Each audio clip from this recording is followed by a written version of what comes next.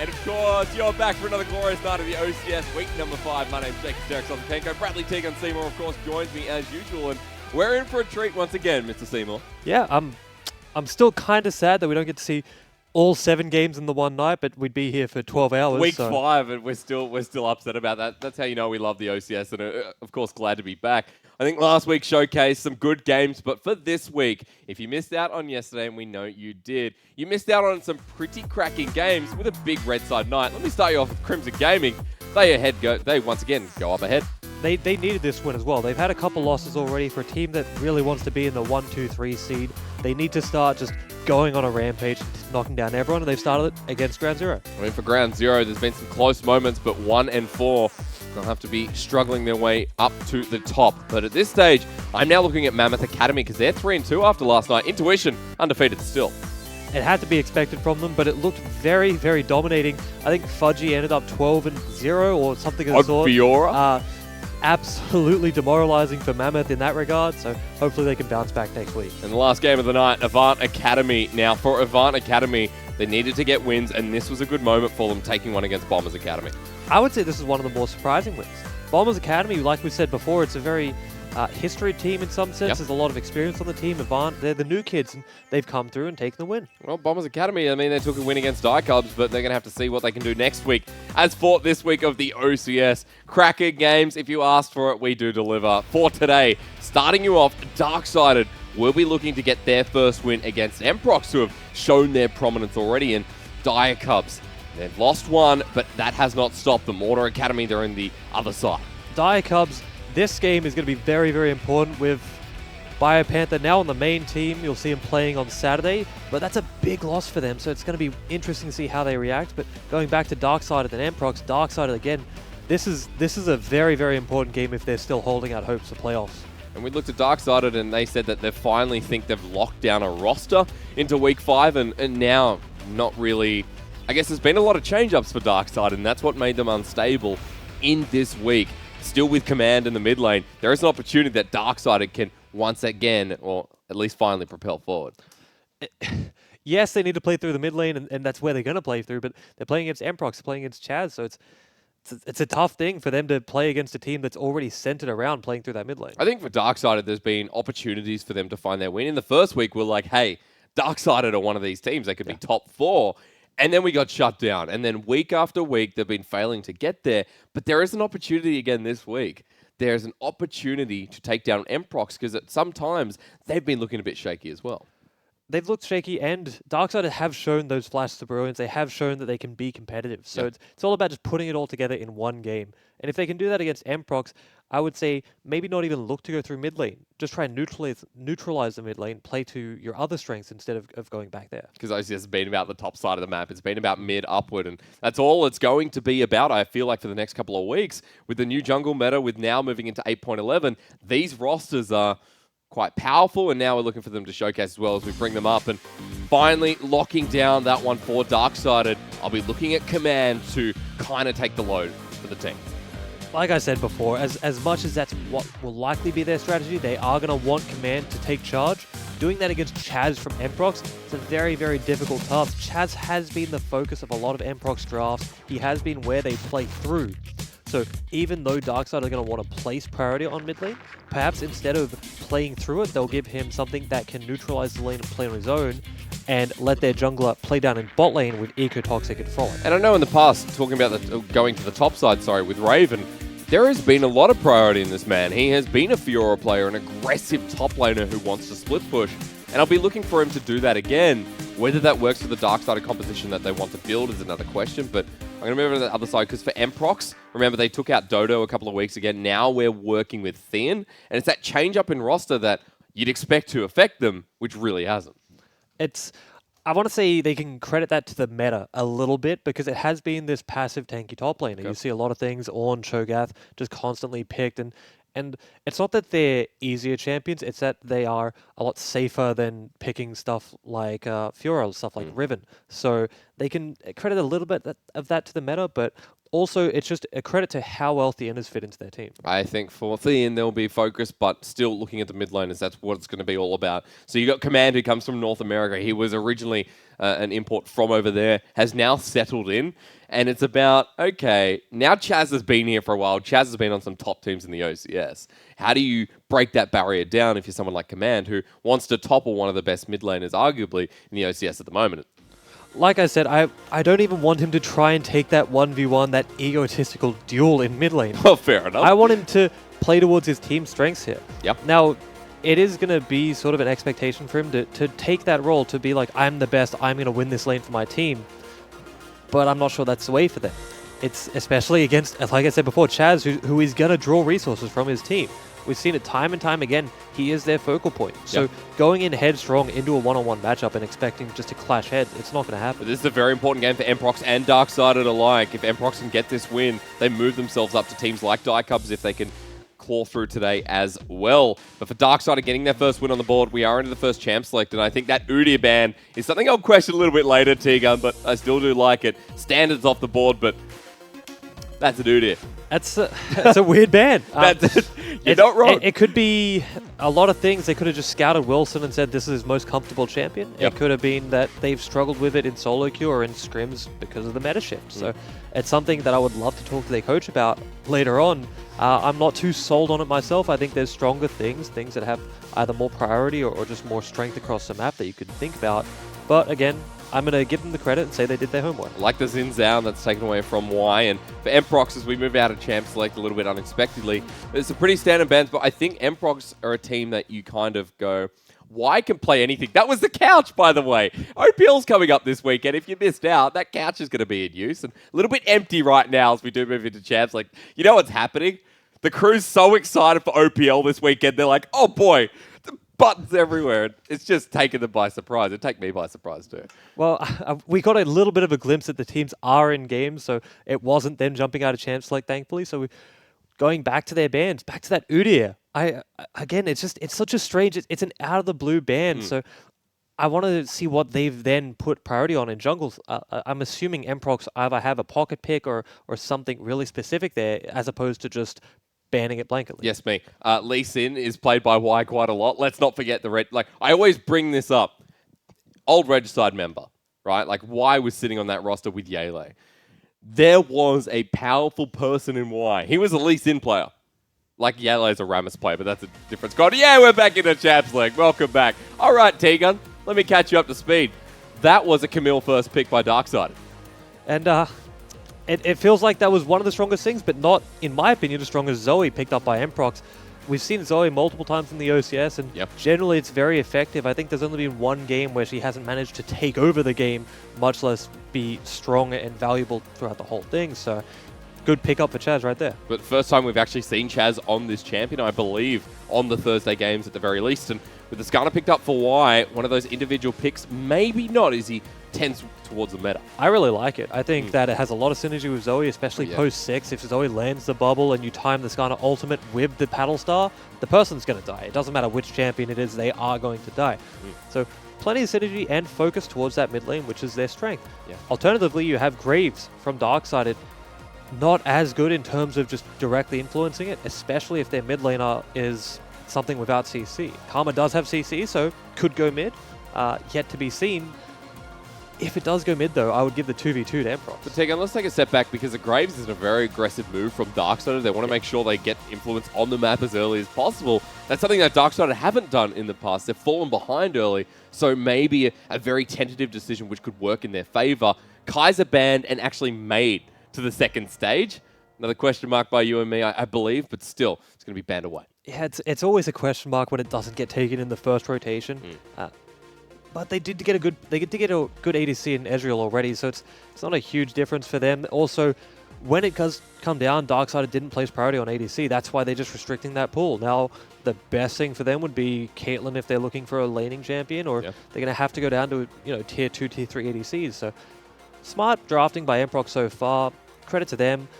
Just not sure about that. Again, the Udyr ban and even the Mal's ban seems a little strange to me, given that you have two champions that deal with it well. I was actually just going to question the top lane for Emprox because that's an Aurelia top, but now that is a Lucian picked up for Darksided.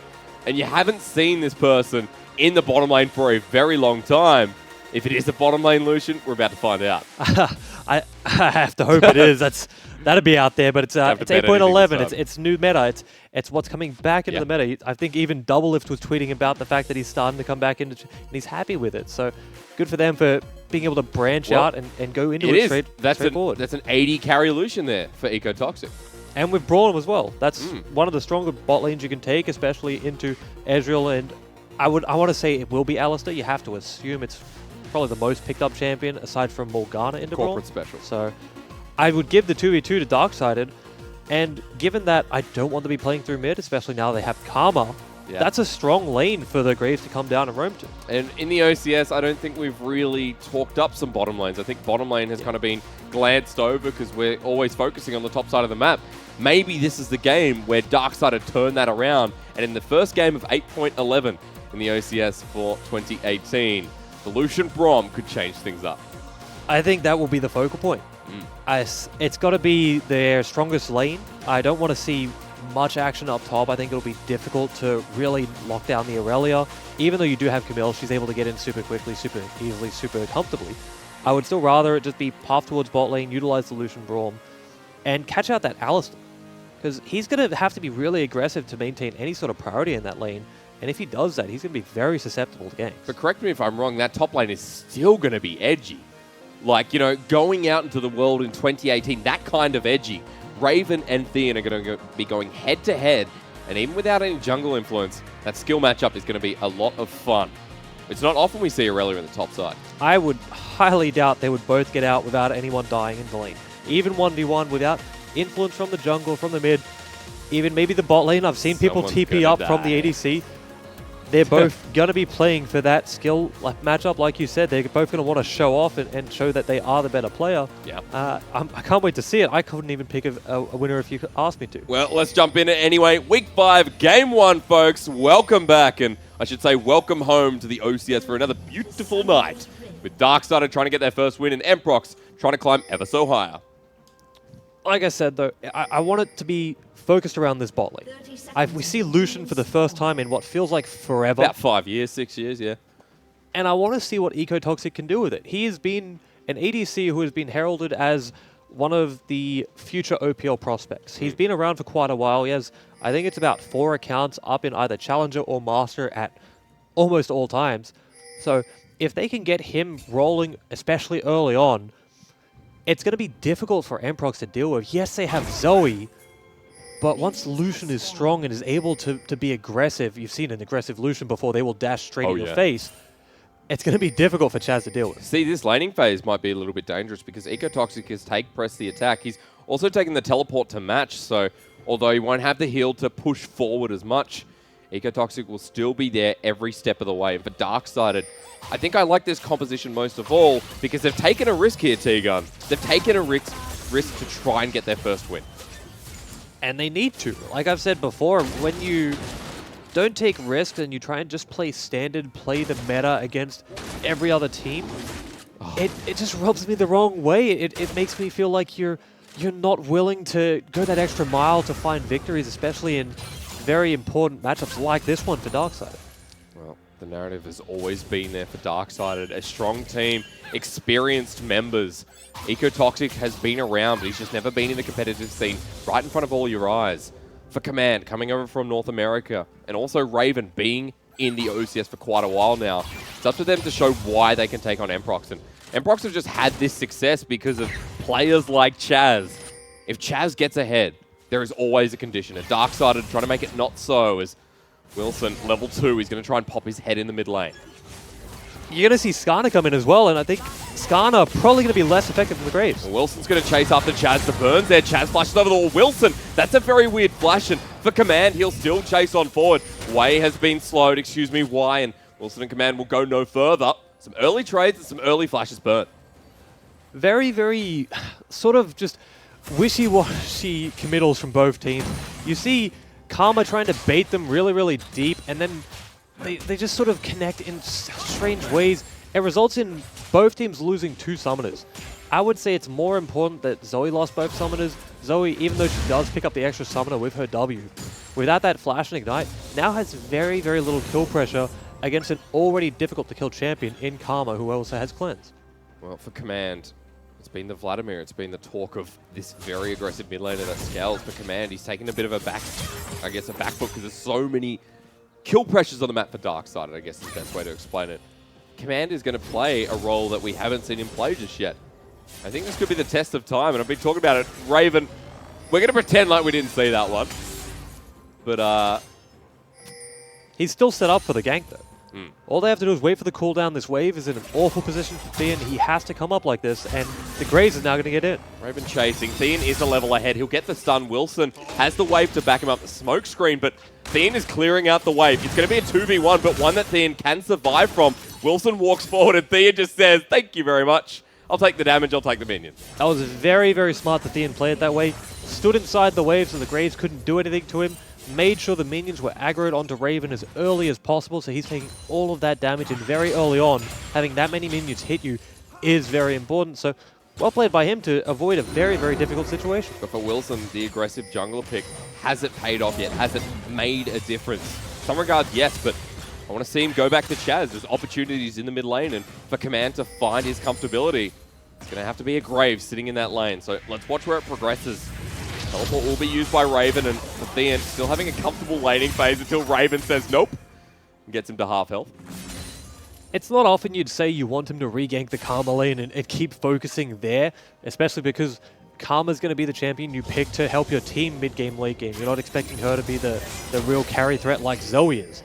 But that's what he needs to do, is go back to that mid lane where you've expended the summoners and start punishing before Zoe hits level 6. Gets to start off Wise there. He's not going in just yet. He's going to bait Raven in.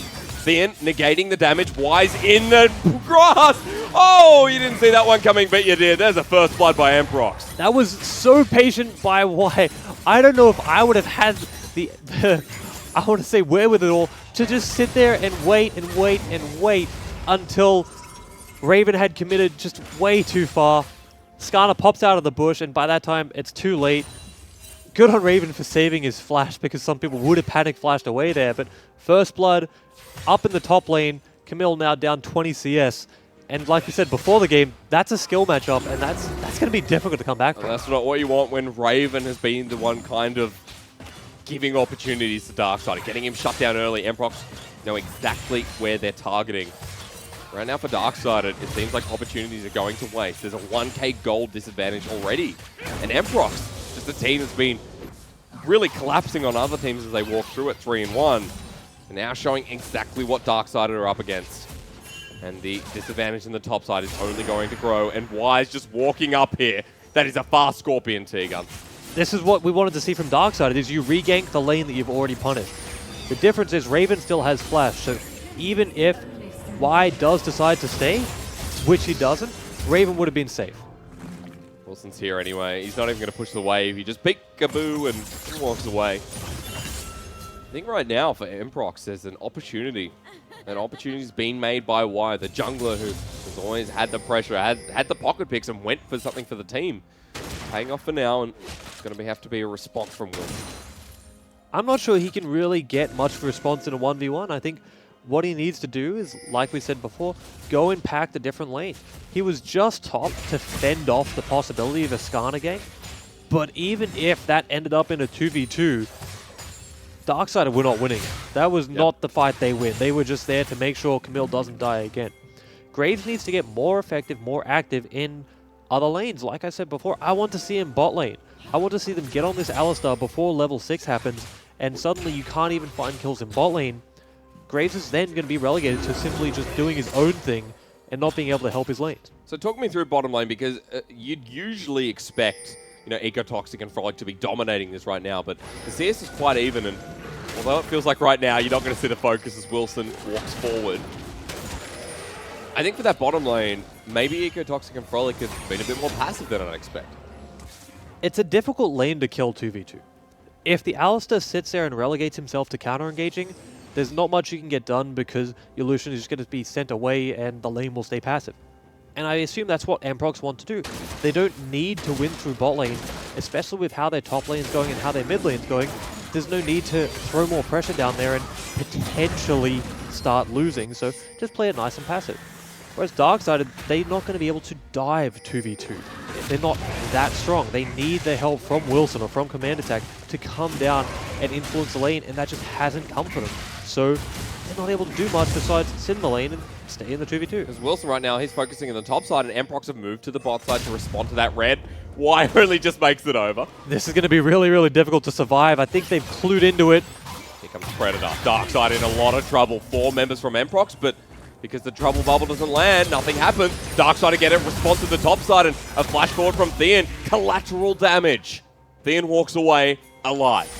Both sides just not executing their ganks particularly well enough. You see Theon barely gets out once the Camille ultimate runs out. Collateral damage just not enough to kill him. However, they are going to sort of claw back that CS difference. He doesn't have teleport, so he's not getting there quickly. And even if he did, teleporting back when both of them are sitting on the tower, that's a dangerous game to play. Because when you look at the proactivity, you go, oh, Y is just all over the board. Like, he's getting Mountain Drake right now, but there's going to be a lot of turret damage going in that top side. If they can manage to get the first turret blood, Darksided claw back that goal difference and then put themselves on a steady state. And they need that goal difference to be clawed back now. The Mountain Drake will be more effective later for Emprox. So even though they would be trading the objective, it's the one that Darksided needed to look for. It's just a shame they didn't have the damage to get through it. Whereas Y, he's going to take away this dragon, be quite happy, and start going back to his I'm level 6 Skarner, I'm going to go flash ulti someone pretty soon. Yeah, with an Ocean Drake coming up next, like we said, that top turret still stands. And for Darksided, opportunities that come close, but it's not enough. For Ecotoxic, there's a lot of prominence now on him to step up to the plate. Still even CS and has the Blade of the Ruin King, so we're going back to the Bork build on the Lucian. I guess right now, I'm just like, what are we going to build on Lucian these days? I mean, you could build a Gwiznooz and everyone would be happy with that. Like, that's the meta we're in. Well, that's what most people thought coming into 8-11 was just going to be Gwynsu's ADCs are okay and everyone else is going to struggle, but that hasn't been the case. You see Lucian being picked again. He's definitely not a Gwynsu's user, at least as a first item. I think it's pronounced Gwiznooz, by the way. I'll take your word for it. And you have Ezreal, who also is going to build that item. He's going to go with the double tier build and going to be scaling. So very, very interesting to see their pathing. I do think that if Lucian goes for this aggressive early pathing and they don't start doing things bot lane, it will start hurting. Raven, speaking of hurting, the ultimate not even going to be popped Theon. Doesn't need to. Raven's forced out of lane, and it's bye-bye. Theon, he's still here. He's going to pressure him forward. Why? That's a really fast conveyor belt once again. Raven running away, but look at the pressure that Emprox are exerting. And that was brilliant by Emprox. They force him out of lane and cancel the back. Now they will very likely get this tower on the next wave. There's not much Graves can do without losing his life here. The teleport, that's a big commitment for them. And it still comes through. The turret still stands, and I guess Darksided will save it because of it. I'll say worth there, Tegan. I'll drop it, but still 40 CS behind on Raven. That's not good. I definitely wouldn't say worth. You're now down teleport. And I was saying before, Darksided's most important lane is their bot lane. You just open up the possibility of Aurelia going down there and pretty much removing them from the game. If that's what Emprox choose to do, it will be very, very difficult for Raven. Oh, they don't choose to do it. You do see Aurelia teleporting top, so it's just an equal lane again, except Aurelia up 30 CS. I was about to say, yeah, that teleport could be a valuable resource, but now that it's been used, Darksided have that information. There are no teleports apart from farmers, and Emprox still staying on this top side of the map, being matched by Darksided. As for the bottom side, it's still a stalemate, but it's kind of towards that first item where Farmer has the Manamune, the Ecotoxic close to Blade of the Ruin King. Maybe then we see more activation on the map from these versatile bottom lanes. But I'm surprised right now, Emprox do not have a losing lane. It's still so difficult for Darksided's bot lane to really be aggressive. You have two very safe champions in Ezreal, Alistar, Ezreal more so. And you don't want to be engaging on that Alistar post 6. So I'm just going to put out there with my hand raised in the sky. This top side, right? Raven may think he's going to survive, but he won't. He flashes out. That's what happens when Theon is 1k gold ahead. And that's why he teleported back up top lane. He thought to himself, I am winning this matchup. I am winning the 1v1. He was already up 30 CS. He knew he was much stronger than Raven. And Wilson can't just sit up there all day. That's the result. Theon gets the solo kill, gets the solo first turret, how do you get Raven out of this hole now for Darksided? Because they can't just leave him there on the 1v1. They're throwing him to his death at that point. And when does Theon stop? Because he's still 40 CS up, and Emprox looking comfortable even as they get pushed in. This Aurelia is now at the blue buff around there. Like, he's got the Spire. There's some ward coverage down as well, and it's going to take the Grom. Wilson's losing out now too, so this is a real issue. I would be worried that the Aurelia can almost 1v2 at this point. Like you said, Aurelia pushing into that blue side jungle very happily on her own. Skarner wasn't anywhere near, neither was Zoe. She just went deep on her own. She knows that Camille doesn't have any resources. The ultimate, the flash already blown in the previous fight. Wilson now going to start losing out up there, especially if Y decides to start moving with the Aurelia. I think it's time to consider pretty extreme situations, maybe lane swapping to get your duo into the Aurelia, perhaps even send the Karma there to be defensive under towers. It's such a difficult choice for Darksided because they don't want to do that. They want to stay in that 1v1. But at this point, it is lost. You have to acknowledge that and react to it. Well, Camille's actually just going mid. Raven's having nothing of this. Going bot side, maybe. Y's going to get a Rift Herald, and Wilson is trying to get the Scuttle Crabs, just trying to keep up in gold. It's the least he can do. The next dragon coming up in a minute 15 is an Ocean Drake, and another objective now spawns for the use of Emprox. I have to just give a lot of credit here to Y. Every time that it's been a sort of slow period for the jungles, he's there getting objectives. First with the Dragon, now with the Rift Herald, and his bot lane, respecting that Graves has to be somewhere on the map, backs off, plays passively, and that's what you expect from the Emprox bot lane in Ezreal Alistar, is to concede small things while your team gets big objectives, like the top second team. Meanwhile, Emprox is saying, no worries, guys, this is our trade. And that's another turret going down 2-0, and Emprox's top lane is just running away further. Even mid lane gets a turret. There is a very real threat of this inhib tower going down. If Graves doesn't show up very quickly... Flash forward, that's a bit random T-gun, there's going to be an ultimate use, but for Darksided's top laner, there's an opportunity. Command picks up one, and Theon getting low, but he has to 2v1. Wilson runs away, a double kill already for Theon. Command, is this doable? A flash away by Command. He has got this far, but he misses out. Theon with a triple kill, and Aurelia, welcome home to the top lane. We were already saying Aurelia was maybe able to 1v2. We weren't expecting her to 1v3 after the Skarner. He went for the flash ultimate, didn't quite land it. We thought that was it for Emprox's top duo, but Theon pulls it out. It's almost impossible to deal with that Aurelia at this point. 4-0-1, Triforce completed. You've just been 1v3'd essentially. How do you come back from that mentally? That surprised me. I was like, look, this is over-ambitious play. Darkseid finally getting some kills on the board. And they did, until Theon said, enough is enough. This is ridiculous. I am literally your father right now. 60 CS in the lead, 6k in the lead for Emprox. And this dragon, is it theirs? 80% in the poll says yes. Again, in the slower periods of the game, Y is there to take objectives. As soon as there's a lull, he's there on it very quickly. It doesn't matter that there's wards there. You have very big control of this. A lot of people are going to say this is a 50-50, but this should be an easy secure. They even pulled it out. Wilson in the back, and Corporal says move. Wow. Great interaction. That's what you want from the Alistar there. You want him to just send them back home. Send them away. The second Graves comes over the wall, he goes back over that wall. Pretty free dragon for Emprox. Once they execute it well, they pull the dragon out. Alistar doing his job. And it's going to be all about control for them now going forward.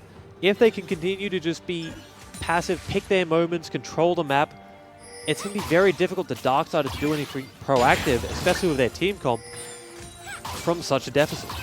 That deficit is built on the back of Theon. He is 4,000 gold in the lead, and Corporal maybe caught out as Raven. A flash forward knocks him out of the way, and Farmer ready to re-engage. His teleport comes through T-Gun. This is the moment where Theon can show his pace. The ultimate's been dropped down, but for Darksided, they're in a big clump, and there'll be damage from Farmer. Watch him as Emprox get out the back, but Ecotoxic has the flash, and Y coming in with Chaz. Not a good moment for Darksided. A suppression, another double going to Theon, and Emprox played that so cleanly, and Theon says, hey, I can gap close, just watch me. That was a great teleport from Theon. Very, very deep. You saw Darksided trying to be proactive, trying to throw the teleports early, but Corporal gets his escape from that early teleport from Darksided. Theon, deep teleport himself, happily tanks, I believe it was 4 members all hitting on him while he waits for Chaz to roam down and help clean up that fight. I think there was a good reason why we had our eyes on Chaz, but never did we say, hey, keep an eye on this top side of the map. I did not think it would collapse like this, and it's influenced the rest of the map for Emprox. 10k gold lead at 18 minutes. And that Aurelia is probably about 5,000 gold ahead at this stage. Look at that. That is ridiculous. You were right on the nose there. 5,000 gold. That was impressive. Well, what could I say? For Darksided, this is where you have to consider pretty extreme things. You have to consider bush camping, just pretty much random places. You need to look to catch people out where you really shouldn't be sitting, because if they just try to stop the bleeding and slowly bleed out small objectives, they are going to lose from here. They can't play that stall game anymore. They're down 10k gold. Emprox have complete map control. Baron in 1 minute. It will be very, very difficult to contest that, especially if it's just a straight 5v5. Taking the challenge, Darksided are going to have to make a move nonetheless. There's a minute till Baron. And yeah, that 5v5 will not look good whatsoever. Emprox, an opportunity to get this Baron, but how do they go about it? What's going to be really difficult is if Thean just sits bot lane, that inhibitor is going to die. You need to send 2, potentially 3 people to stop him. Camille on her own, not going to do it.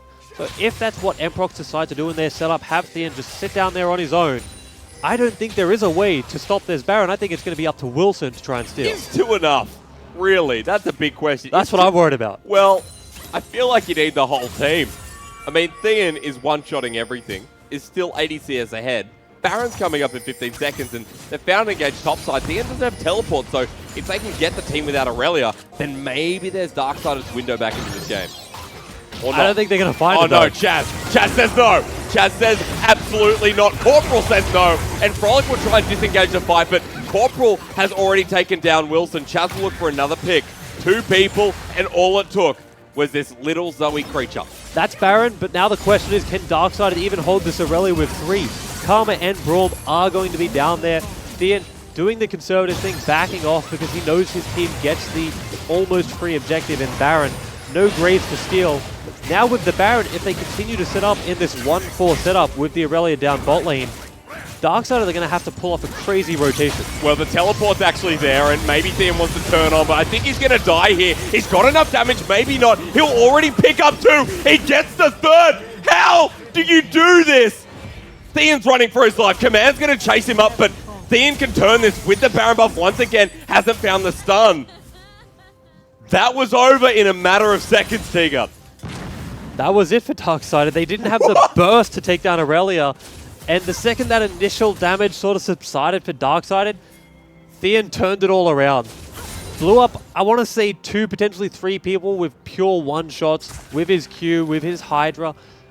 I want to say that was about as good as it was going to get for Darksided. Now they need to look to pick other people. They can't be initiating on the Aurelia. Stop. Don't look at Thean. Even if you look at him the wrong way, you might die. I mean, honest, Tiga, this whole game's caught me by surprise. I don't know if you can tell, but every single time with them, I'm like, oh, there's 4 members. He's dead.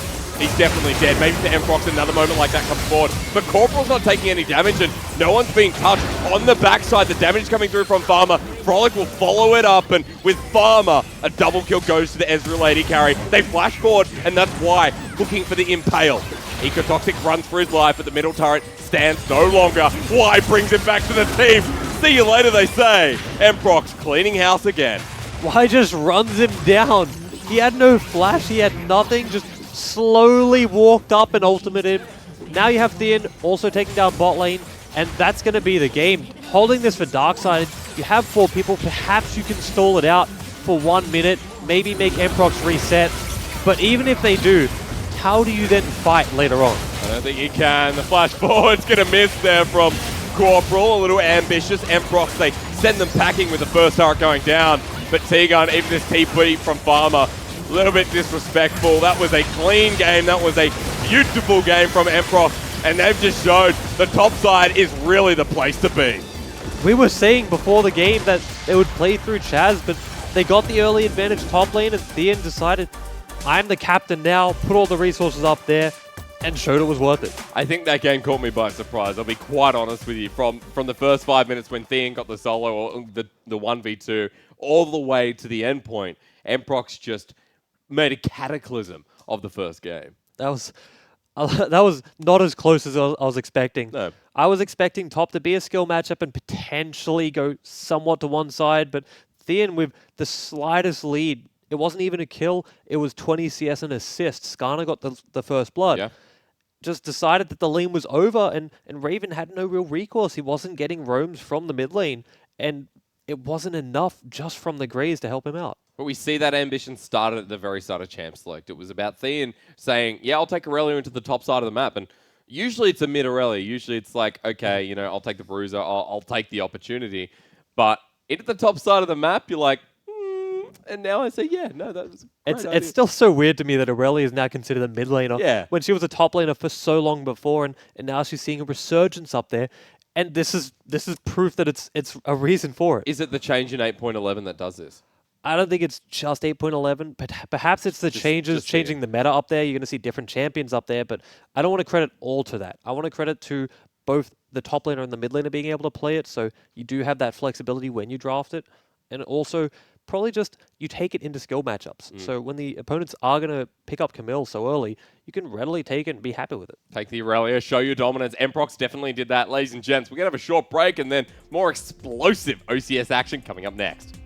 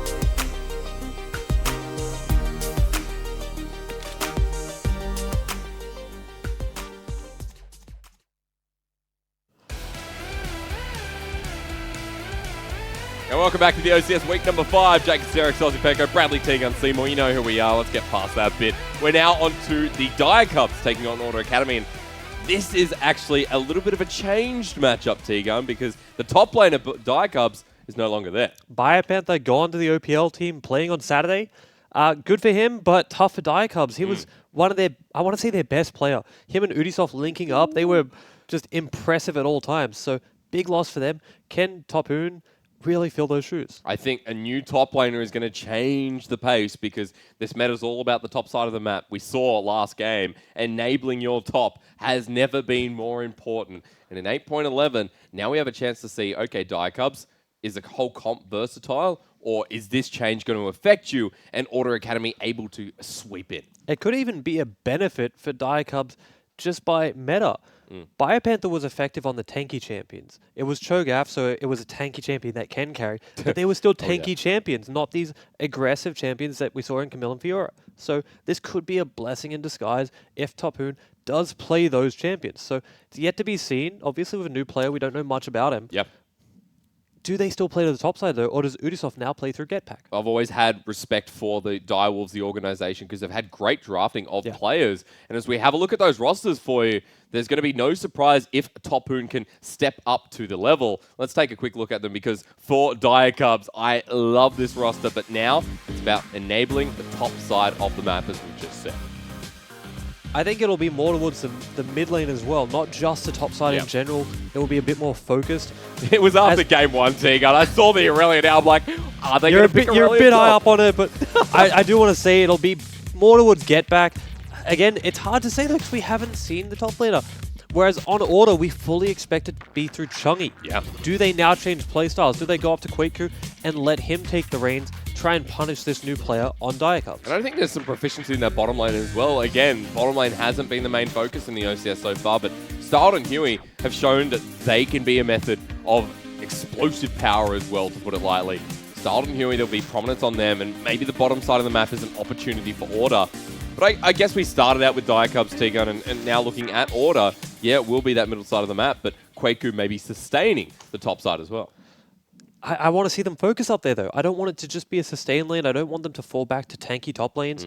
I want them to give him the ability to punish the rookie on Dire Cubs. Yeah. That's what you want to do when there's a rookie, when there's a newer player, is put them to the test. See if they can handle both the stress of competitive and just the new environment, because it's nothing like what you're used to. It isn't solo queue. It isn't just playing without a care in the world. You have to really worry about almost every decision you make. I guess for me, especially for Dire Cubs in the past, the decision-making has been on point. And that's through Udisoft. The jungler, it's look, let's just be real. Everyone at home knows it's jungle meta. It really is. Like, there are scuttle crabs worth more than like the home mortgage in Sydney, right? That's how important the jungler is right now. And for Udisoft, you are going to have to make sure that he does not get freedom and he does not get Trundle for one. I think jungle players would be a little disagreeing with you because they always like to complain that it isn't jungle meta, but it's definitely enabling a jungle meta. You see champions like Graves and Trundle, which are very aggressive, very out for themselves champions, so you're spot on there, but there is still the ability to play things like Skarner. We saw it in the previous game. Things that they're not their own solo champion. They do play through their teammates. So while we are going to see more than certainly a Graves or a Trundle, the pick rate is almost 100% in the OCS. Yep. I do want to see more things like Skarner, potentially even go to something like Zac, which are just team supportive junglers as opposed to the carry junglers. Well, Order Academy have shown versatility as well with their picks, and I think for Order Academy, especially now, we'll be saying, hey, look, Chungy's played Yasuo before. There's been some unique picks that have opened the doors for them. They've only closed it out against Avant Academy, though, and that's where things get a little bit curious because Avant Academy have started stepping up to the plate. This is a different team, but the doors, again, are wide open if Order Academy can just walk through. You've said that you have seen things from Chungy that aren't just Yasuo, but I want to see the Yasuo. I want to see the champion that he's so confident on that he's willing to pick into pretty much anything. Yeah. Instead of just putting him back onto something that he's a little less comfortable on, like potentially Zoe, which we've seen in the meta a lot. We've just seen it as a strong mid laner. Put him on that champion where he can show that his skill. First ban, Yasuo Teagun. I don't know if they're listening to me, but I like the ban. Well, I said I wanted to see Chungy play it because he's so good at it. He's so comfortable on it. And Order generally do play through that mid lane in Chungi, so why not restrict his champion pool and sort of force the focus to someone else instead of him? Now, unfortunate Zoe will be the response, but for Dicubs, I mean, they know exactly who they're going to target, and I think for Order Academy, then you have to kind of reiterate, where do we go next? And second ban, this is a surprise considering Ubisoft likes the Trundle pick. That's going to be taken away as well. Again, it's that high pick rate. Perhaps they're hoping to get Graves now. You ban out the other seemingly top-tier jungle, take what's left, and let Ubisoft be aggressive. There aren't many jungle champions that are going to stand up to Graves, especially early on. Potentially something like Xin Zhao would do it, but I don't know if Alani is able to play it. So potentially you might even see that banned out now to solidify that Graves pick. Well, I mean, Graves is just such a high priority. I'm talking to Ben backstage. He said 30 out of, well, before it was 29, now it's 30 out of 32 games where Graves was either picked or banned in the OCS so far. Trundle follows closely behind, but I guess with that Graves not being banned away so far, instead the Kaiser and the Jhin. Hang on, let's take a step back. Jhin is a bit of a niche. It's an 8-11 though. It's a new meta, so you're going to see a bit more of variance in the pick spans. Change is good. It also could just be potentially they've seen Style plays a lot of it in solo queue. Again, a lot of these niche bans are all about scouting, all about what you expect your opponent to do and just disrupting it. Even if you don't think it's the best pick, ruining their plans and making them have to adapt is always a good strategy. Who would have guessed this pick? Ladies and gents, first pick, you can see it on your screen. Does it go top or mid though? That's a great question. Because just because we saw it once doesn't mean it's going to happen again. I think that hopefully they pick it because of the flexibility. Yeah. You can still take it mid into a lot of matchups, and you can take it top into a lot of matchups. So you just sit there, wait, see if your opponent reacts. If they then blind pick a top laner or mid laner, you can make that decision and move from there. And that's also the benefit of it. That's why you pick things like that. That's why Galio, when he was in meta, was picked so early, because he would play top mid and sometimes support. We've seen him picked once in the OCS so far that I know of. It was on a game on Wednesday. Unfortunately, we didn't get to broadcast it. You always say unfortunately there. I know you love the OCS Tig, and it's so good. I want to be watching and play and commentating all of the games. Well, as simple as that. It's not a knock on anyone else. It's that I want to be there for every single game. Tig, we know. Look, proud of you. That's all. It's good to see you come from the Rift and now onto the desk. You know that resonates with. Well, I didn't do it, but that still resonates with me. You see the Graves picked up. Alani says, "Yep, I'll take it." But this time, we show that again. It's Lucian meta apparently. You also see the Skarner straight up picked into Graves again. Yeah, pretty much the same response. So it almost feels like a bait. They ban the Trundle, they leave the Graves open for the early pick with Order Academy, and instantly respond with the Skarner. I assume that's because they want to pick a mid laner who's not going to have CC, so probably not the Aurelia going there, and use the Skarner to influence that lane.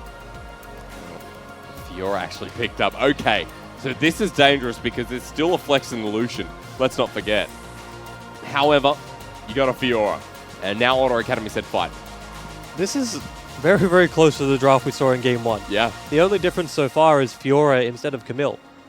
Everything else, pretty much the same champions.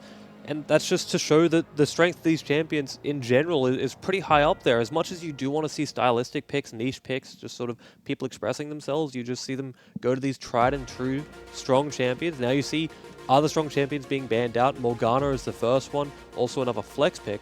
So they're trying to restrict it and make it a bit more obvious where Dicubs champions are going. But it feels like they're building in composition right now on the side of Order Academy, and there's going to be scaling involved. Quaku always going to win out eventually, you'd have to say. Shen banned away. They're not really sure what Dicubs are doing right now. And to be fair, Dicubs have kind of got the, the 1-2 how do you do capabilities as well. I would say that their next few picks will likely not have as much engage. You just said they have that capability. They have the ability to get in with the Skarner. What kind of capability did I'm not saying it. Plain and simple. Sorry, please continue. They have the ultimate from Skarner. They have the Aurelia stun, and Lucian can go forward without any CC. He's just going to throw his W in his ultimate and get forward himself. So they don't need that. Potentially you'll see, obviously not Zoe because she's banned, but something like LeBlanc, which I know Get Back has played before, Talia, which he has played before, and be aggressive without the need for the CC. Let's hold the phone. Let's see exactly where everything is going to place, because Order Academy, they picked up the Cogmore once again. And I have to say, I really shouldn't be surprised by this. Order Academy, this is like the second or third time that Style to pick up this champion. Nami the response for Johnson. I'm not a huge fan of the Cogmore right now. There's two champions that are going to get on you, and the Braum cannot stop that in Skarner and Aurelia. So Karma's banned as well. Very, very difficult for him to survive. Generally, you see Cogmore picked when you have protect champions like Karma. Yeah. and you sort of build a comp around it. It seems like they've picked the Kog'Maw, and his only relief is going to be the Braum peeling back.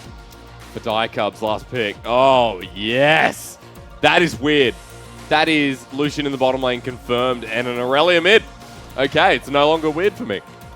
It's just strange to see the Jax picked up in this sort of a comp. It's sort of telling me they want to either 1-4 or 1-3-1. They don't want to be that big team fighting comp. They just want to fight. Which they were sort of leading into with the Skarner. So a little weird. Perhaps they just want the Jax to roam down after getting one item. I think for me, Diacubs have just shown that, okay, we want to fight, and there is a bit of scaling, but if this game goes long enough, Order Academy, they're going to win.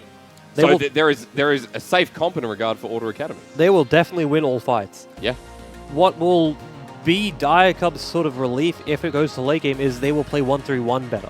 They will play the stall out, they'll play the split the opponent up game better. Jax and Aurelia are both very capable in the side lanes on their own in 1v1, 1v2 situations, potentially 1v4 situations as we saw in the previous game. So that will be their relief. However, if they get ahead, they can still take on the fights. They can take the 5v5s, initiating with the Skarner ultimate, or perhaps saving that to force the Kog'Maw to play a lot more passively than he's going to want to. What you're telling me is Order Academy just have to chill for the first 40 minutes of the game. Chill in the sense that we're not giving I don't think anything away. Diacubs are going to let them. But if they simply sat back for 25-30 minutes, scaled into the 2-3 item phase on Kog'Maw and Cassiopeia, it would definitely be beneficial for them. I think there's a lot of damage threat on the side of Order Academy, and this is where their potential, their window. We've seen a Graves get ahead before, and Order Academy's win against Avant Academy it just looks so clean, and that's what I want to see here again. Diacubs are a squad you cannot underestimate. They will walk ahead, and in game number 2 of the OCS here for week 5, Diacubs are sitting in the same position as Emprox, while Order Academy want to shut them down. Now for me, can Order Academy get that advantage in the top lane? Like I said, Diacubs, new player in top lane, in the rookie, Topoon. He's picking Jax. Not really what you expect. You expect the newer players to pick safer picks. Pick something like... It's Chippy's 2.0 or 1.0. I wouldn't go that far yet. I would say he's definitely making his case for that, especially if he's able to put Kwaku down in the 1v1.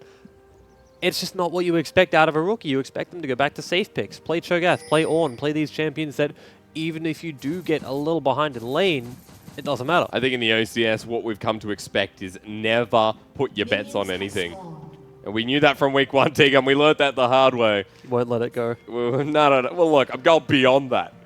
Topoon has decided to take Conqueror on Jax, and this is what I like to see. There's 2 Conquerors on the side of Diacubs, and Ubisoft, he's going to go back to the red side. This is a pretty standard start, but one that you cannot underestimate. Ubisoft has been in your face.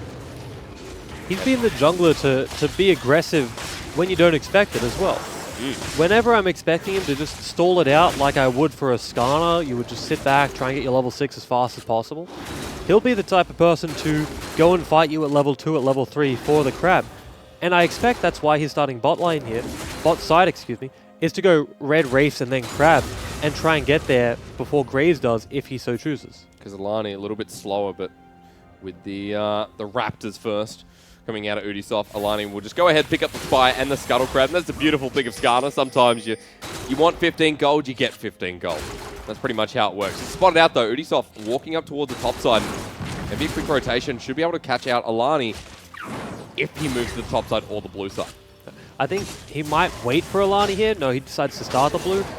But they were well aware of where Alani was. And that means Ubisoft, he's going to get a little bit of an advantage, except he's down that early crab, and it'll be very difficult for him to get up to top lane, which it seems like he's going to need to do as Kwaku puts the hurt on Topoon. Yeah, what you just saw was level 2 first for Kwaku, but Topoon has got the response. Counter-strike and going to be parried there. The vital hit. Topoon is exposed a little bit. Kwaku walking forward, but Topoon doesn't burn anything, nor does the Fiora.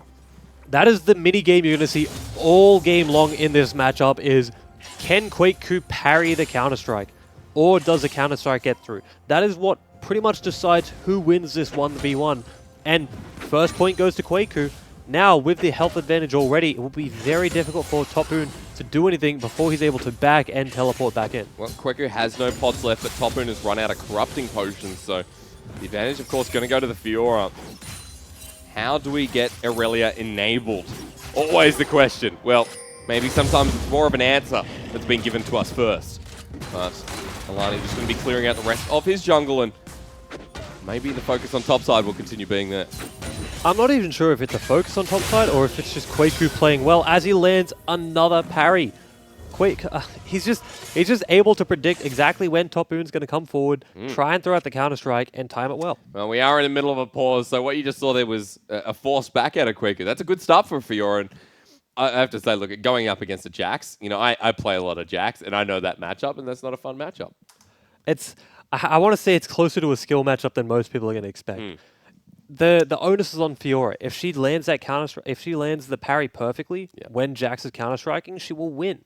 Whereas if she doesn't, she will end up losing. So it's a skill matchup that bases solely on how the Fiora plays. Unless you're, you know, in Gold Elo or whatever. Not speaking from a friend, by the way. We are in the middle of a pause if you have just joined us, and we will be getting in shortly. But this is an important game, and we cannot take the onus off of what Diacubs need to do here, because for Diacubs, they've lost their top laner. They're bringing in a new top laner, and I guess it's going to show us at what level he is in comparison to BioPanther, and maybe what level Diacubs will be for the rest of the tournament. I have to say, just from the little snippet we've seen, it hasn't looked that great. He's been bullied in the lane. Fiora's been aggressive, been in his face, and he's almost died 2 times already. He's now got his back off, so he's going to teleport back and sort of alleviate that pressure.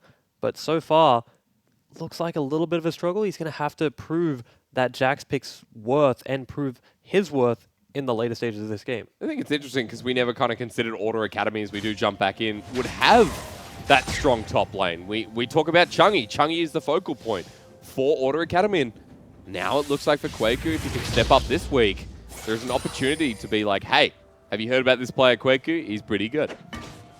So we see Top Boon has already teleported back top lane. Kwaku opts to stay instead of basing to teleport, so now he's down pretty much a full Doran's Blade. And he can't really choose to recall right now. He's already missed that window of opportunity. The real question is, does Alani get up top lane and they make something of it? Or does Kwaku just sit there and when he recalls, perhaps look for a teleport bot lane or mid lane and try and be influential somewhere else instead of in the top side? There's no jungle interference just yet, but Ubisoft is making his way up. Level 3 on the Skarner, and Alani is kind of there to respond, but the jungle interference will probably come jungle to jungle before it goes jungle to top. Ubisoft spotted out, and this is going to deny him a little bit. With Chungy waiting on the side. Order Academy, this is a bit more proactive in terms of making sure they can match Ubisoft, which no team has really done in the past. They've been very, very good so far. They're just sort of stalling him out. Alani getting the crab early. Ubisoft having to go down bot to get that crab. You see that bot side vision from Diacubs is phenomenal right now. So that's where he's really been effective, whereas Alani up top side has been just as effective. So I think the roster change has affected them. They seem to try to fall back into old habits. We saw just there Ubisoft sitting in a bush up top side for quite some time. While I feel like their focus should shift down bot side with that great vision, with the aggressive play from Katsuri and Johnson, get Ubisoft down there and start threatening dives. Piques my curiosity, that bot side, because the Lucian wasn't this effective last game, but Diacubs have managed to do enough with it. There's a 10 CS lead already, and that's what you want the Lucian to do, let's be honest. If you run a Lucian in lane, you want to win. Well, we're in another pause, by the way, but 10 CS is a good start. It's a great start this early in the game. There's been very little interaction that we've seen down there from the junglers or the mid laners. So just straight up in the 2v2, good start, but they need to convert that into something. 10 CS is a start. It's not an accomplishment. It's not half an item. It's not an item. It's not an objective. So they need to try and bring up either Skarner down there or rotate the mid laners down there and threaten a dive or just start burning summoners down there to get things done. Because down in the bottom lane, like, let's be honest, it's usually very passive. They're the ones that interact with the rest of the map before the rest of the map interacts with them. In the first game, we did see that big lane dive, and I think that's maybe an opportunity that can be exposed if the Diacubs maybe fall out and Order Academy like, hey, our mid lane's ahead, they're shoving, we can do a lot with this map. If the top lane wins as well, Kwaku, I think he still has teleport. So there's going to be a Fiora who's very angry. He definitely still has teleport, and if he does decide to go down there and they potentially 4 or 5 man dive, it'll be almost impossible to hold. Yep. We saw, like you said, we saw it in the previous game. We saw the 4v2. It just wasn't executed quite well enough with all the key abilities like the Sleepy Trouble Bubble missing. So if they're able to just get in there very quickly, get their very easy skill shots down, either side can make it work. I would just expect it to come from Diacubs because we saw that great vision from them down there already. Oh, we're back in, and Quaku, let's just take that back. There's the jump's going to come through soon for Top Boon, but he won't find it. That's a great way to jump back in. I want to see how that happened, how Quaku got in such a dangerous position. Now he has to burn this teleport back up top lane to really keep trying to punish Top Boon.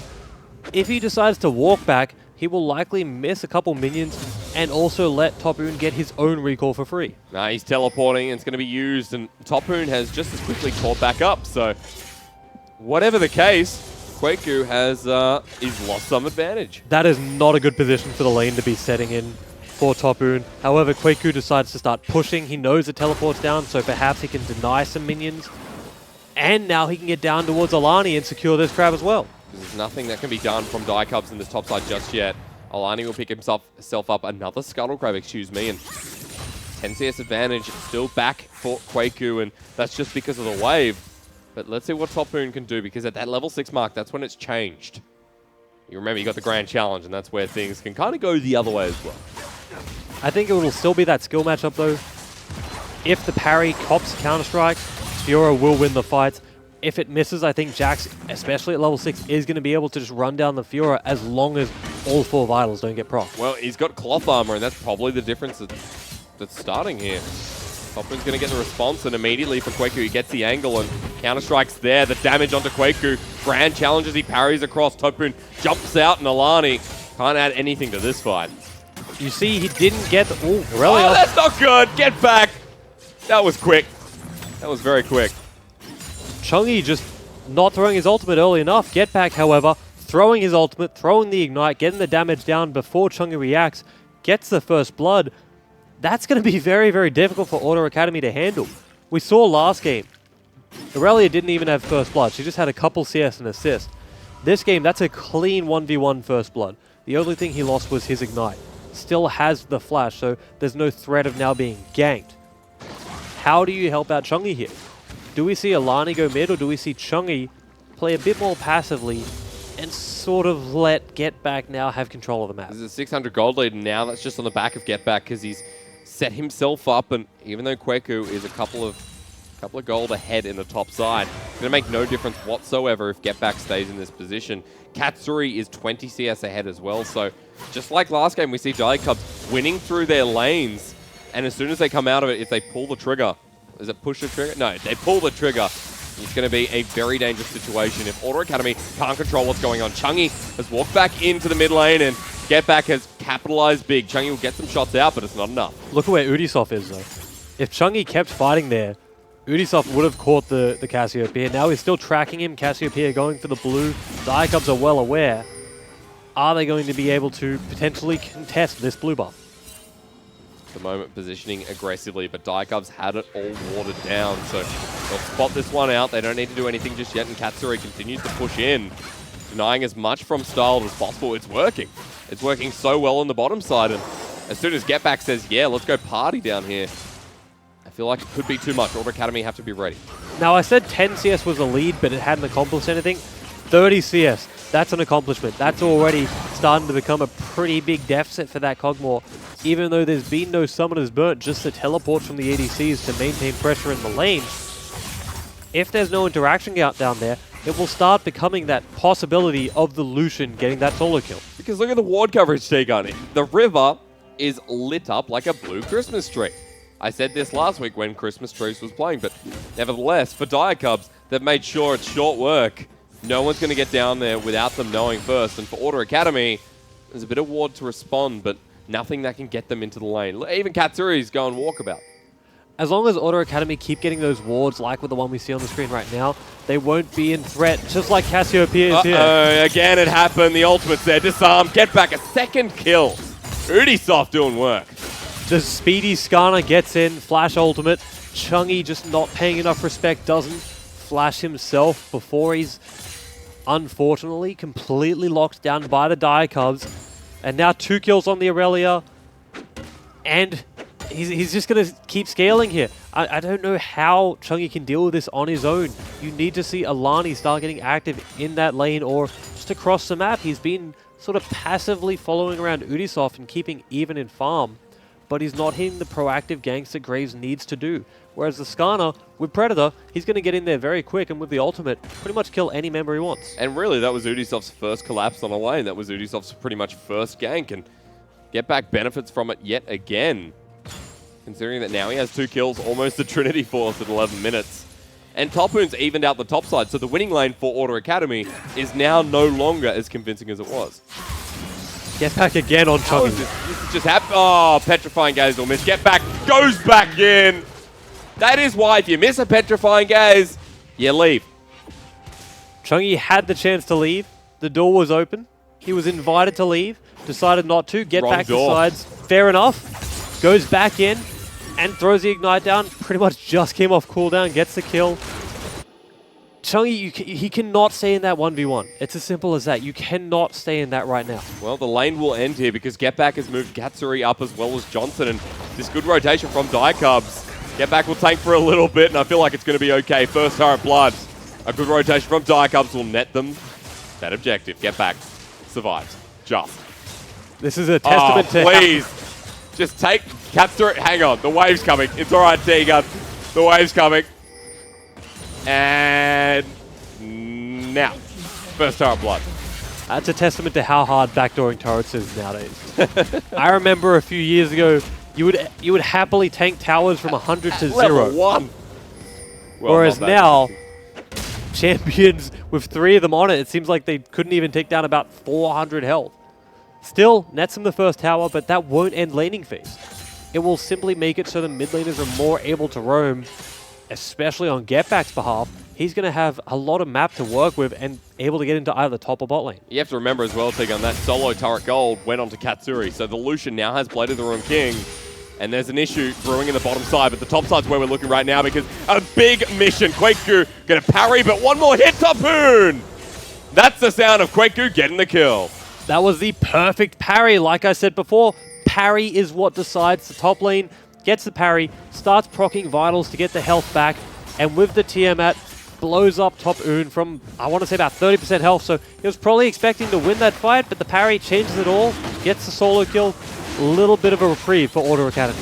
And now, finally, Cubs, or I should say Order Academy, they get their winning lane. They've got a condition. This is a dive coming in right now, and this is very, very tough for Order Academy. They don't even seem to know it's about to come. Just start talking up Order Academy. Cubs say it's our turn. Huey with the stun and ultimate lockdown. He's going to die. Get Back doesn't get the kill. Goes over to Katsuri. Cubs execute another dive. This will likely also be the turret if they choose to stay. All that matters is, does Topoon die in top lane? He's a little overextended right now, and it looks like Order Academy are going to collapse on it. Cubs, second turret of the game. Order Academy say yes. Quakeku, get the kill. Flash forward. A double flash, a smoke screen as well. Order Academy need this kill, and Topoon will counter-strike, but a good parry again. Alani will get the burn down, and Order Academy pick up 1. Even though they got the kill there, though, Cubs have committed bot lane. Looks like they're going for the second tier down there now as well. So Order Academy get a little bit back in that kill, but just not enough. And now we're back again. We apologize for the pause. We'll be back shortly, but we realize that at this point we need to take a breather. You got an Aurelia fed again. Now, something's telling me about tonight at the OCS that Aurelia should be banned. I think it will be banned by game 3 or 4 at this rate. Whoever gets Aurelia is winning, especially in this game. But Order Academy, they're taking small objectives back. Like you saw the kill up in top lane. Yep. Even though they're getting dove bot lane, they're trying to be proactive. It's just not enough when they do it. Cubs taking 2 towers for 1 kill. That's a trade you take any game. But now at least you have the winning lane from Order. Like, let's look on the bright side for Order Academy. They may be down quite a lot of gold now, but you have a Fiora that's got a kill. You got a Fiora that's now got an assist. You have a Fiora that can split against a Jax. So Can she split against Aurelia, though? no. So don't split against Aurelia. That's the question is, yes, she's strong. She's winning lane now. She's able to split. But if you send the Aurelia there, suddenly the threat is neutralized. So they need to find a way to get that Fiora active because laning phase is over. Those 2 towers down bot lane have solidified that fact. So you're not going to just go back into that Fiora first Jax lane and be left on your own. You need to start roaming around and find places where the Fiora can get those 1v1s that also aren't against Aurelia. The Order Academy get their first turret of the game and slim it to a 3k gold lead. for Diacubs, but again, the eyes are going to be on Kwaku if he can make a difference in this game. No first item just yet, but it should be backing soon after the Rift Herald. And something else that Auto Academy can capitalize big on. With this Rift Herald, they should be able to break another turret. They need to look to break mid lane. That's going to be the turret that restricts the majority of the map for them and sort of makes it difficult for them to react to Diacubs' rotations. So if they can break the mid lane tower with that Rift Herald, it will be very, very beneficial for them and open up the map quite a lot. Well, Fiora now has the Ravenous Hydra, so the potential is, I'd say, limitless for the next 10 minutes. Tegan cringes at the word limitless because it's like, is it though? I have to say yes. Topoon now on the bottom side, and Aurelia's in the top side, so you're like, thankfully, I'll go bottom side. But who deals with top side? Cassiopeia? I don't think so. She cannot. She absolutely cannot. I wish the Fiora was up there. Like we said before, the Fiora into the Jax will be happy. She's going to win that lane now quite easily, especially if you keep getting those parries off on the Counter-Strike. But Aurelia feels like she will do more against the Cassiopeia in the isolated 1v1. These 1-3-1s are going to be so dangerous from Diacubs, Tiga and you on the ball.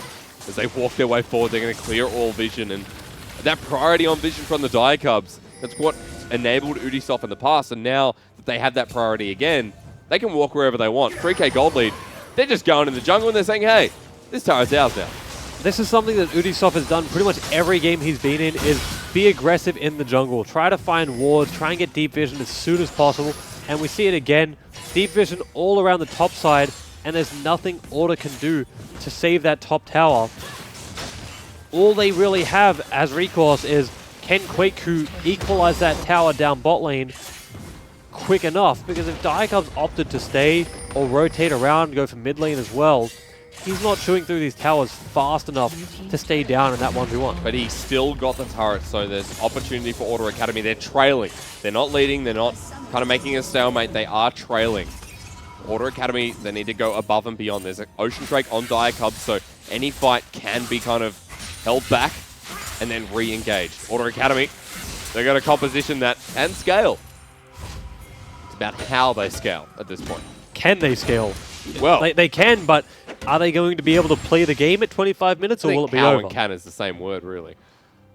No, you don't agree? Not in this situation, because even though they can scale, the game might be over by the time they start getting effective. Yeah. Diacubs with a pretty commanding lead. It's only 3,000 gold, but it's more than enough to keep generating pressure along your jungle. And when the duo lane from Diacubs is taking away your red buff, it's a very, very difficult situation to play from Order Academy's side. You're left to sit in a brush like that and hope that they walk through. Diacubs not struggling with vision, but Order Academy are, and Katsuri and Johnson are having a great time here. 50 CS ahead of their counterparts. 50 CS. Like, the thing's dreams are made out of 17 minutes. There's a dragon up. They're going to hopefully get that as well. And Diacubs just taking away every jungle camp they can. I will say, I do like that Order Academy are willing to sit in those bushes and look for the camps to try and grab an enemy. Those are the sort of things they need to do. If they don't, you will see Diacubs do what they are doing right now. They're going to walk up as a unit, start clearing wards, take away jungle camps, and just slowly constrict Order Academy to death. Yes, Topoon is losing to Kwaku down bot lane, but Kwaku just isn't doing enough to pull an extra member down there. Well, Topoon is managing to hold out, and this is the biggest issue right now, is that Get Back, able to push against the turret, really fearless at this point. And with that Rift Herald still sitting in the inventory of Alani, he's going to have to use it soon. And it has to go down mid. You'd have to think it's really the only lane left. At this point, it might be close to timing out. Just use it. They haven't gotten a really effective time. It was timing out. Now he has to drop it really close to the Nexus. Likely that runs down bot lane. Yes, it does. So, Kwaku, with that bot pressure, he wasn't able to get towers because Topoon was just defending under the tower for so long. Will the Rift Herald change that? I think it will. I think Diacubs are going to have to send Aurelia down. Well, Johnson already used the Tidal Wave and Kwaku was able to repel it, but at the moment, Rift Herald sitting there uncontested. You see Diacubs are moving towards that general direction, but with Dragon up as well, this puts the pressure in like, hey, if we can fight, we can probably get Dragon, or we can deal with the Rift Herald. Maybe there's an ultimatum that's been set. I think there's a way for them to deal with both. They do need to get Topoon activated though. But hang on, Katsuri has to flash immediately. Auto Academy is a split up fight, but they're onto Ubisoft. He flashes away. Quaku gets the stun, the slow. Ubisoft on one more hit. He'll find it. Quaku gets the kill. Actually goes over to Alani, and Auto Academy, they get a big pick. Great job there by Auto Academy, getting the pick before the Jax teleport was able to complete. They got him before Diacubs were really able to get together. That Rift Herald, I want to say... It was an ultimatum. It was what happened. I'm never right. They threw it down there and basically said, if you deal with this, we get the dragon. If you don't deal with it, we get the tower. So Diacubs tried to take the fight very, very quickly, perhaps too quickly, and Auto Academy reaped the benefit. Well, with that one pick, the hopes and dreams still alive for Auto Academy in this Week 5 game. Baron is now live, but getting that Infernal Drake for this composition, there is some spinability, we're going to call it. It's not a word, but I'm definitely making not a word. Look, spinability. What it means is they're able to spin their web and maybe control the fate in this game. There's a 3-0 Aurelia, but there's also a 2-0 Graves and a Fiora who's continued to scale through this game. Fiora's also just getting further ahead there. Yeah. The game was sort of stagnating in the Fiora-Jax matchup. Jax was happily farming under turret. Fiora wasn't really getting much done.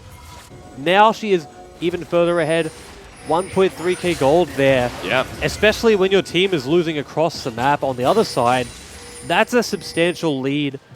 Can they get that to do something before Diacubs opt to take the Baron? With all of that deep vision in top lane, I have to think that is where Diacubs' focus is going to shift to. You have to see the relevancy as this cannoned up minion actually doing quite a lot of damage, as Twin Fang will eventually take it out with Chungy in the turret as well, but Diacubs move their attention mid. At least Cassiopeia is able to hit the bannered minion now. Imagine if he could. Katsuri will take the turret out, Diacubs 5k gold ahead. I guess for you, Tegan, the question is relevancy of get back in the late game. Aurelia will still have relevancy, but in comparison to Quaku, which benefit would you rather have? The Aurelia who's ahead or the Fiora who's ahead at maybe the 40-minute mark? The Aurelia, without a doubt. Yep. The Aurelia is very, very far ahead here, and getting to that late game for the Fiora, for Auto Academy, is going to be immensely difficult, whereas the Aurelia is already at a point where she's very happy with her strength. She's very close to 2, potentially 3 items. We see the same item build pretty much from the first game, Trinity into either Sterax or Ravenous Hydra. Yep. Sort of a stylistic choice between them both. Titanic even. Does go Titanic this time. With that strength, he will be happy to dive into the backline of Auto Academy. He's more than tanky enough to just go very, very deep, very aggressively. We've seen him trying to land these brilliant stuns in teamfights. He almost saved Ubisoft down bot lane near the Dragon last time. And he almost walks into certain death. Red buff, I'm not sure it's his anymore, but he will finally take it. Auto Academy looking to take this fight. Ubisoft caught out again with the knock up there. The stun won't come through, but the tidal wave will. 4 members knocked up with the culling going into Huey, and he sends out the Winter's Bite to slow things down. There was a lot burned, even a teleport from Topoon. He had to cancel that teleport very, very quickly. Yep. Topoon now having to pretty much recall in a really awkward position, almost towards Auto Academy's base. Quaku also deciding to recall. I think his goal is now to just match the Jax. But if that is his goal, Diacubs are getting an advantage off that. Anytime Topoon is able to successfully defuse the threat from Fiora, he's doing his job. And especially when he's 0-2-0 at this point, that's a difficult job to ask, especially from a rookie. Well, Auto Academy, they've got their work cut out for them, and going up against this rookie, they had no doubt in their mind that Diacubs would still be an aggressive force. They've showed it in this game. They showed that maybe the swap out hasn't affected them too much. But then again, that swap out from Biopan, this feels like a very different Diacubs in this Week 5. It definitely is. They were so happy to play through top lane before. Now it seems like they are shifting that focus towards the mid lane and even slightly towards the bot lane. Get back with the 3 kills.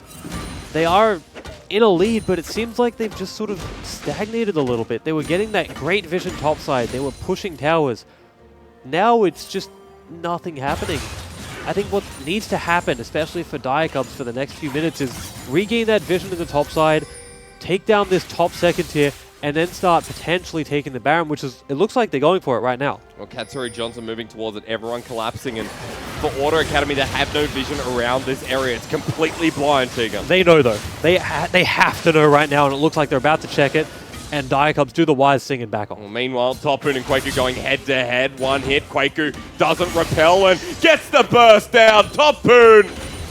Wow, he's back in the game. No parry from the Fiora. I have to assume it wasn't available. Topun gets the Counter-Strike, and like I said, if that Counter-Strike lands, there's a lot of kill pressure from the Jax. Getting the kill when he's behind, that's impressive. This is just switched on Diacubs, though. They say, hey, let's push mid. We can now finally be proactive once again. Quaku's not up for 20 seconds. This Baron, if started, will be a 4 versus 5 for another 16, 15 seconds. At this point, Order Academy, they have to just try to steal. They can't really look for a great big fight here, especially without the Fiora. Topun also has teleport available. Cassiopeia nowhere near. The Baron, however, is going down slowly. I feel like Order Academy need to send people to bot lane to help Jax on the inhib turret as well. Alani wants the steal. There is nothing to disengage him, and Get Back is patient, but Diacubs, they pull off the Baron. The turret goes down, Order Academy pull off, and they're back onto it. 2.8k, they've got the suppressor. They turn into the fight. Get Back gets the first one, culling used, but the ultimate from Huey does nothing. Flash over the wall, Style now kiting back. Get Back gets stunned up. Style doesn't continue the fight. The Cogmore, the Pug is running for his life, but unfortunately, he has to go back to the pound. Brilliant by Diacubs to get off that Baron, not once, but twice. Quaku eventually chases down Topun, but Diacubs, I'm not even sure if they can take this Baron hit. Graves is still alive. Now Fiora's going to be collapsing too. This is going to be sketchy for them. Quaku has a teleport as well, but he's just walked up to the Baron. Get Back don't have their top liner for 30 seconds, and they pull off. Talk about sketchy, T-Gun. I think Order Academy, you wouldn't say they're 7k gold behind with the way that Diacubs are scared of the engage. What a way to play it for Order Academy. They are 7,000 gold behind, but it doesn't feel like it. They're willing to take these engages. Quaku chasing down Topun, even after losing that 1v1 previously. However, the bot inhib is now open. There's no more towers, which was the real defensive part for Order Academy. Without towers, Skarn is very readily able to just dive in on whoever he wants. They will happily go take that inhibitor if they choose to 5v5. But do Diacubs pull that trigger, or do they go back to baiting the Baron? Do they just reset that vision in top lane? It looks like their pre-calls are a little bit staggered. They're not really sold on a decision here. What I want from them is go back to that 4-1. Jax has shown he can win that 1v1. Get that topside vision you've done before and set up on the Baron again. This time, execute just a little better and you will get the Baron itself. Because they're going back to it right now, T-Gun, and that 7k gold lead, it is just on the mid and bot side. Topun is sitting neck and neck for the first time in this game with Quaku, and it's 4k in the bottom lane out of anything. It's that Flame Horizon that's pretty much done for Katsuri, and he should get after this wave. It's incredible. The Lucian pick has worked out well. Now for Topun, he's trying to prove that Quaku is not a match for him, but Quaku has the speed to accompany. 2 items. Order Academy focus topside of that. Get Back, gets stunned up. Now 3 versus 1, but can Get Back do it? The ultimate used as well. Blocked out. Udi's off there. Collateral damage. Get Back. Says no way, Jose, and walking away. The tidal wave on the side. Order Academy getting collapsed on, and it's Quaku who's trying to change the fate. But Katsuri on the Lucian is cleaning up with Get Back. A triple kill for Diacubs, and they pull the trigger, and they say, get back out of town. We said it before the game, Aurelia starts needing to draw bans. Get Back, impressive in the least in that fight. Now, this looks like the game. I'm not sure anyone in Order Academy is going to respawn before Diacubs take down the Nexus. No, that is going to be it. Diacubs are just walking forward. There's 15 seconds left, and really the damage is there. The Banner of Command minion there to assist, but for Diacubs, T-Gun, what a successful performance. They find one fight, they close it out with that, and Diacubs are sitting 4-1 after week 5. What a performance from Get Back. We said people on Diacubs were going to need to step up with Biopanther going to Direwall's main team. And I tell you what, if there was anything more to ask, I don't think there was anything more to do for Get Back in that game. I think step 1 after tonight is to ban Aurelia. Let's be honest. It started with Aurelia. There was opportunity for Quaku to come back up in that top side, but when Topun found a window, he took it. He managed to actually beat out a Fiora a couple of times, and I think that's impressive. But Diacubs, their resilience was probably the best play of all. I mean, Topun, even when he was losing, he was not losing enough for Order Academy. He was behind. It's as simple as that. He was the rookie coming in. They punished him. But he was very, very calm under that pressure, was able to defend under the tower without conceding too much, and just when he had that opportunity to take on the Fiora, he did, and he got the solo kill. I think it always comes back to the draft, but especially here where that Aurelia was not prioritized as a ban. That was a first pick Aurelia from Dire Cubs, and you see the priority tonight. It's going to change in the next couple of games, but let's be realistic here, ladies and gents. That Aurelia being a first pick, Dire Cubs knew exactly what they were doing. And like I said before the game, it was a flex pick as well. Yeah. When you have such a strong champion that can still go top or mid, it's incredibly difficult to deal with for Auto Academy.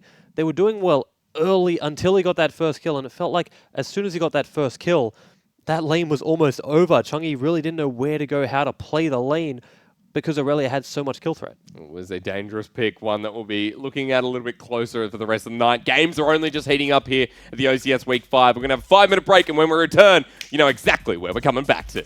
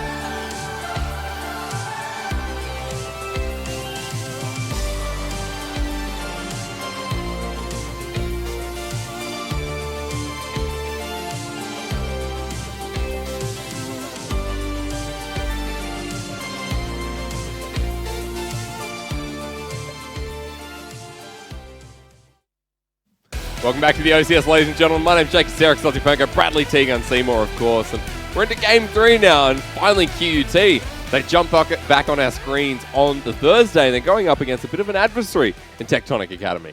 This is going to be a lot closer than people expect.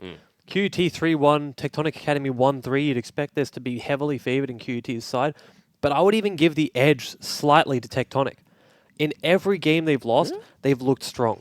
Especially if you go back to the Chiefs Academy game that we were lucky to see, Tectonic Academy, they almost won that at many, many stages. Chiefs Academy, they just came back through the bot lane. Gunkrab coming up huge.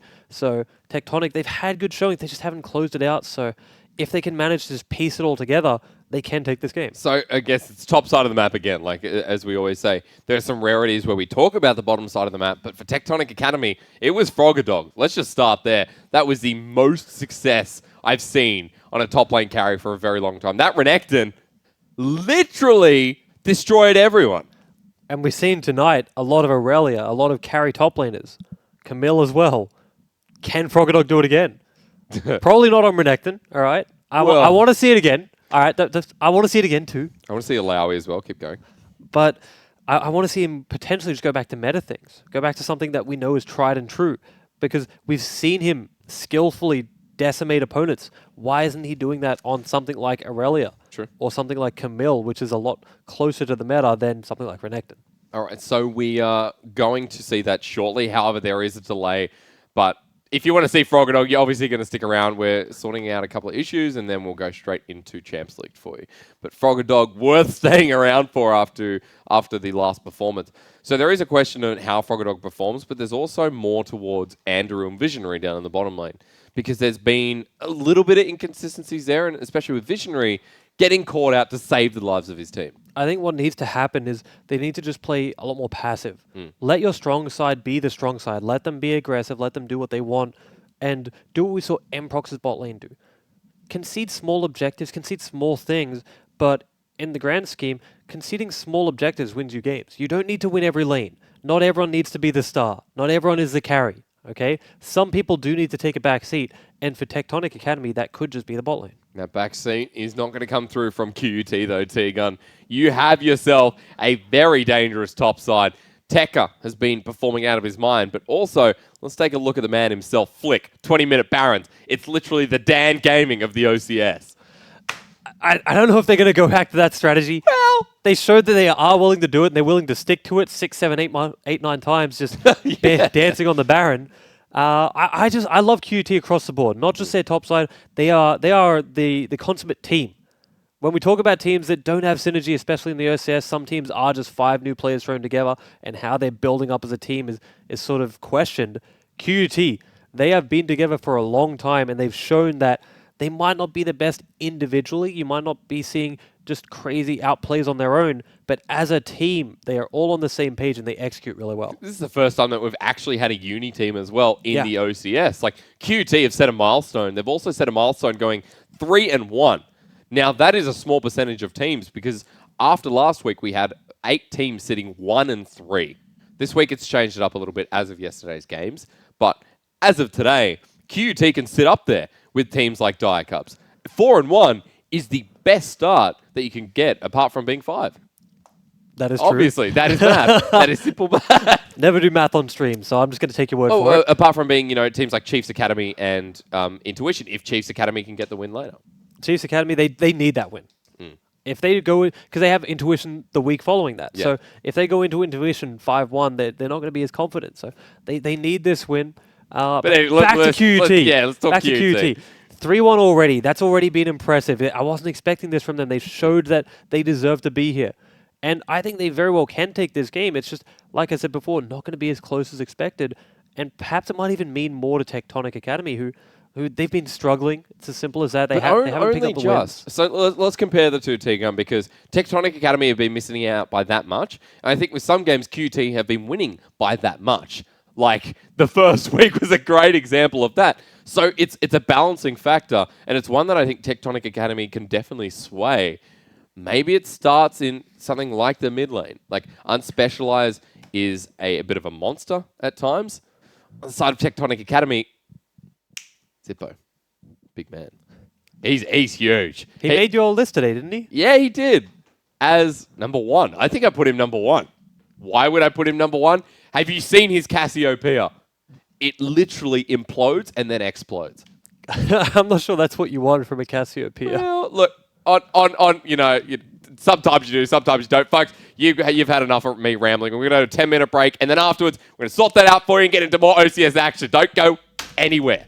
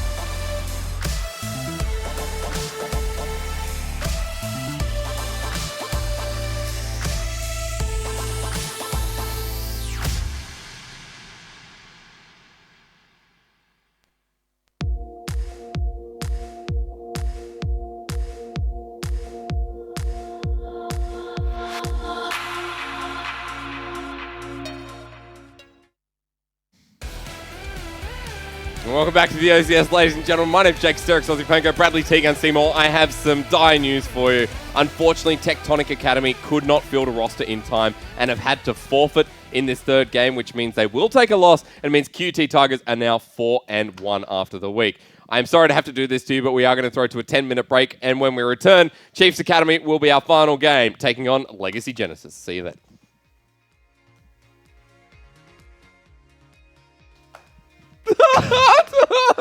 Oh, sorry, we're still live. So with this next game, ladies and gents, I understand, Tegan, that this is... Oh, I thought you were going to write something to me, send it over. I've already written it all down. I was ready to cry, get upset, because I didn't want to see this third game. With this fourth one, this is like a copy of the OPL matchup. This matchup happens on the weekend. Chiefs Academy... Well, Chiefs do take on Legacy. It's tomorrow. So Chiefs Academy are the stronger team, but Legacy Genesis is the more experienced team. So it's like, hang on. On the weekend, it's kind of the same as well.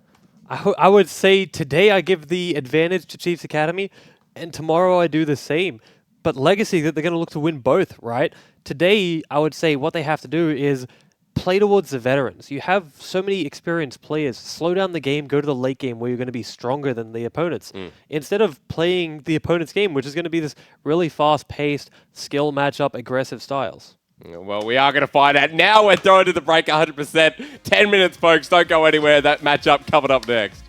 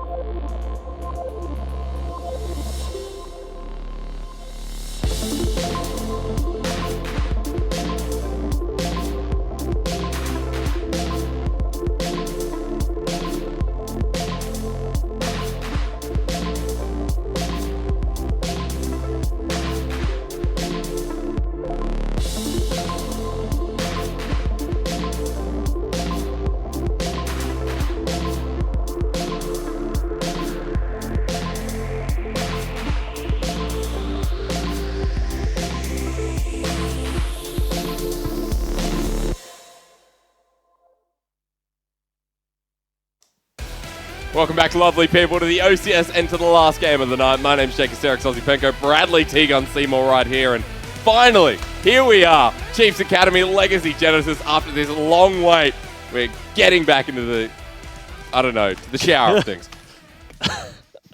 I want to say it's a preview of tomorrow. You have Chiefs Legacy tomorrow as well, and I want to say this is going to set the tone. Chiefs Academy, less experienced team today, but the stronger team coming into the game. Can Legacy use their experience to guide them over to the finish line? I mean, you have people like Carbon, you got Minky Wow, I think X-Halo's coming in now as well. You got Crazy and Bushy Boo Boo down in the bottom. Like, there is so much experience in this roster. But Chiefs Academy, Teagun, they have not stopped. And they've showed that this is their environment in the OCS, and they deserve to be here. Or deserve to be in the OPL. It's such a strange comparison, having 5 players who haven't played OPL or at most have had very, very little experience versus 3 players who have had a lot of OPL experience. And you still say Legacy coming into it are the underdogs. Yeah. I have to say, though, these are one of the too few teams where we will be focusing on the bottom side. Crazy and Bushy Boo Boo versus Gunkrab and Ayla. Gunkrab dominated Tectonic Academy. That was their win condition. And for Chiefs Academy, all lanes are prominent, but none more so than that bottom lane. I hate to take it away from my friend Crazy, who I did play with, but Gunkrab, he's already proved himself. Like you said, against Tectonic Academy, he was the reason Chiefs Academy won. Yeah. Chiefs Academy was struggling across the board, but Gunkrab came out of the bot lane and just decided that they were not going to lose that game, drew them back into the game, and straight up carried from bot lane, which is not what we generally see in the OCS. I think it's interesting that we're not talking about Panda in these games. Like, Chiefs Academy is still undefeated, and they want to join up with Intuition, but Chiefs Academy, their top side, hasn't been the strongest. Like, Panda's Riven gets banned out pretty much without fail every game. For good reason, too. Yeah. As much as Riven might be a little bit of a niche champion, it's more that you're not really going to understand how to play against that champion. Minky might. If there is going to be someone that's going to know how to play Minky. Someone who's played for 17 years is going to do well. So you might not see it banned out this game, but there's been good reason for it. He's very skilled on the champion. It's what he one-tricked to Challenger, so there's reason for it. It's just he's shown prominence on other champions now as well.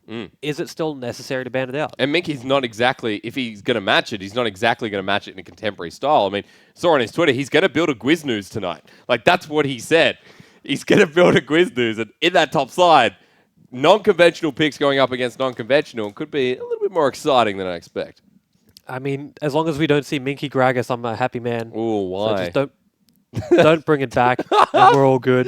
If he wants to build a Gwiznooz, YouTube, more power to him. But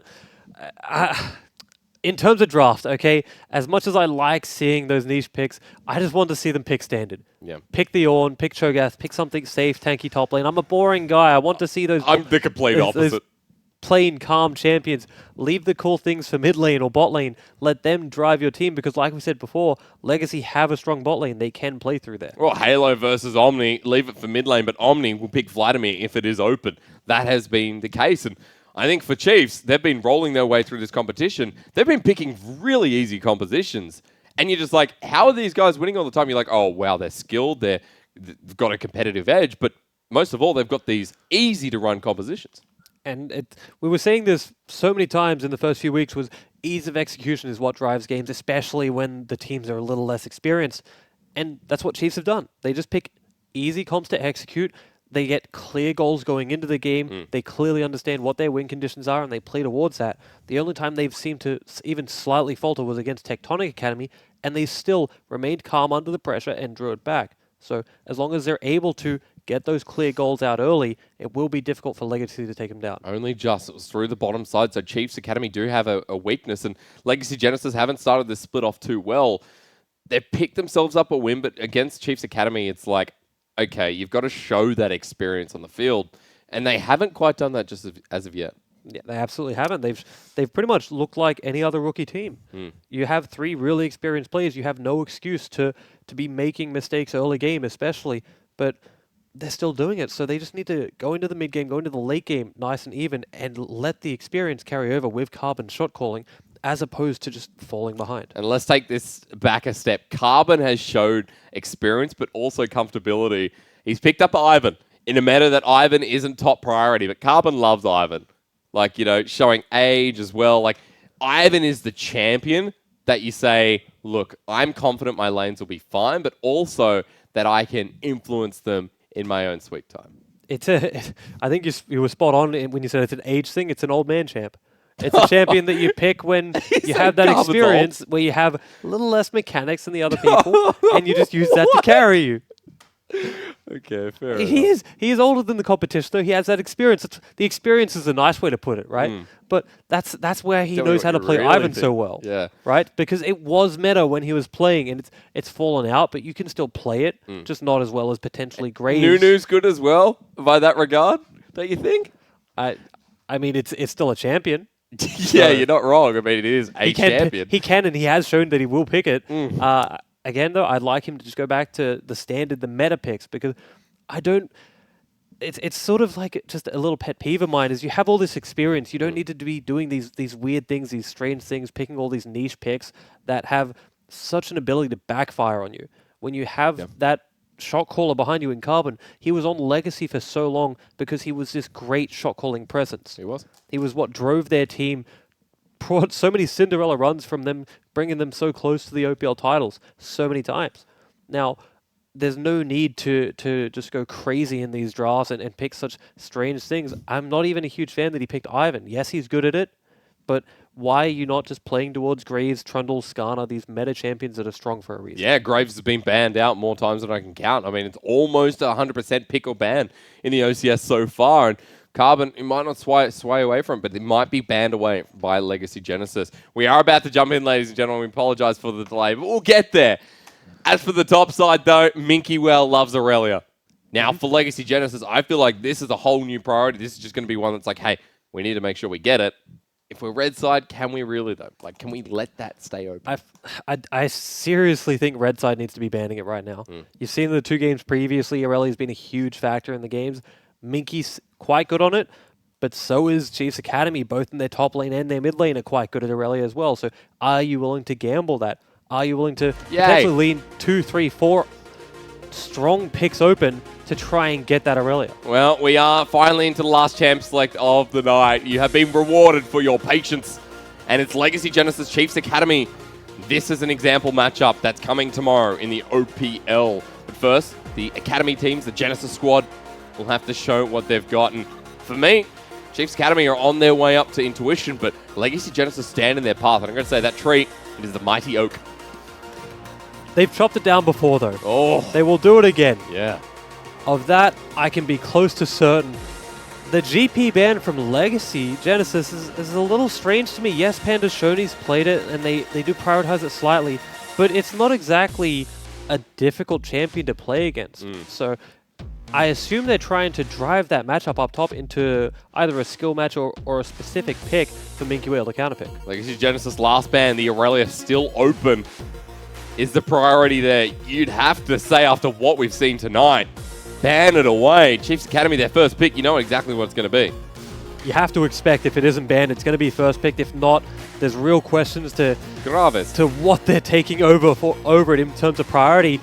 I can't really think of much. Wow. Talia as a first pick. I do not agree with this. If Minky gets Aurelia, old Aurelia Minky was good on. He was good on Shyvana as well, as a side note, but new Aurelia, this is open for Legacy Genesis. Not even because Aurelia's open. Yes, that's a big factor, and definitely there's a good argument for first picking it. But Talia isn't a champion we've seen a lot of contention over. We haven't seen it being going in first or being banned heaps. Yes, Halo can play it, I know that for a fact. But still, you're willing to let strong picks like Aurelia go through, things like Kai'Sa still not banned as well. Yeah, Gunkrab to take Talia. We've seen Gunkrab, like you just said, be amazing on Kai'Sa, and you just sort of let it drop. Seems a little strange. Well, this is different pick priority. I guess this is respect in its own regard, but Chiefs Academy have the option to get it away. They've gotten away with murder to a degree, but the priority on the bottom side for Legacy Genesis, and they set Crazy and Bushy Boo Boo up, but what is the trade-off? What did Chiefs Academy shut them down with? It's a hard thing to say here. You can still go Aurelia. They take Lucian over Kai'Sa, so perhaps their priorities are changing into 8.11 now. I assume Gunkrab has good reason for it. Taking Alistar as well. I do like Alistar into Rakan. It is considered a counter pick. It's quite good. I would have loved to see Poppy a bit more. personally. But that's a safe pick right there.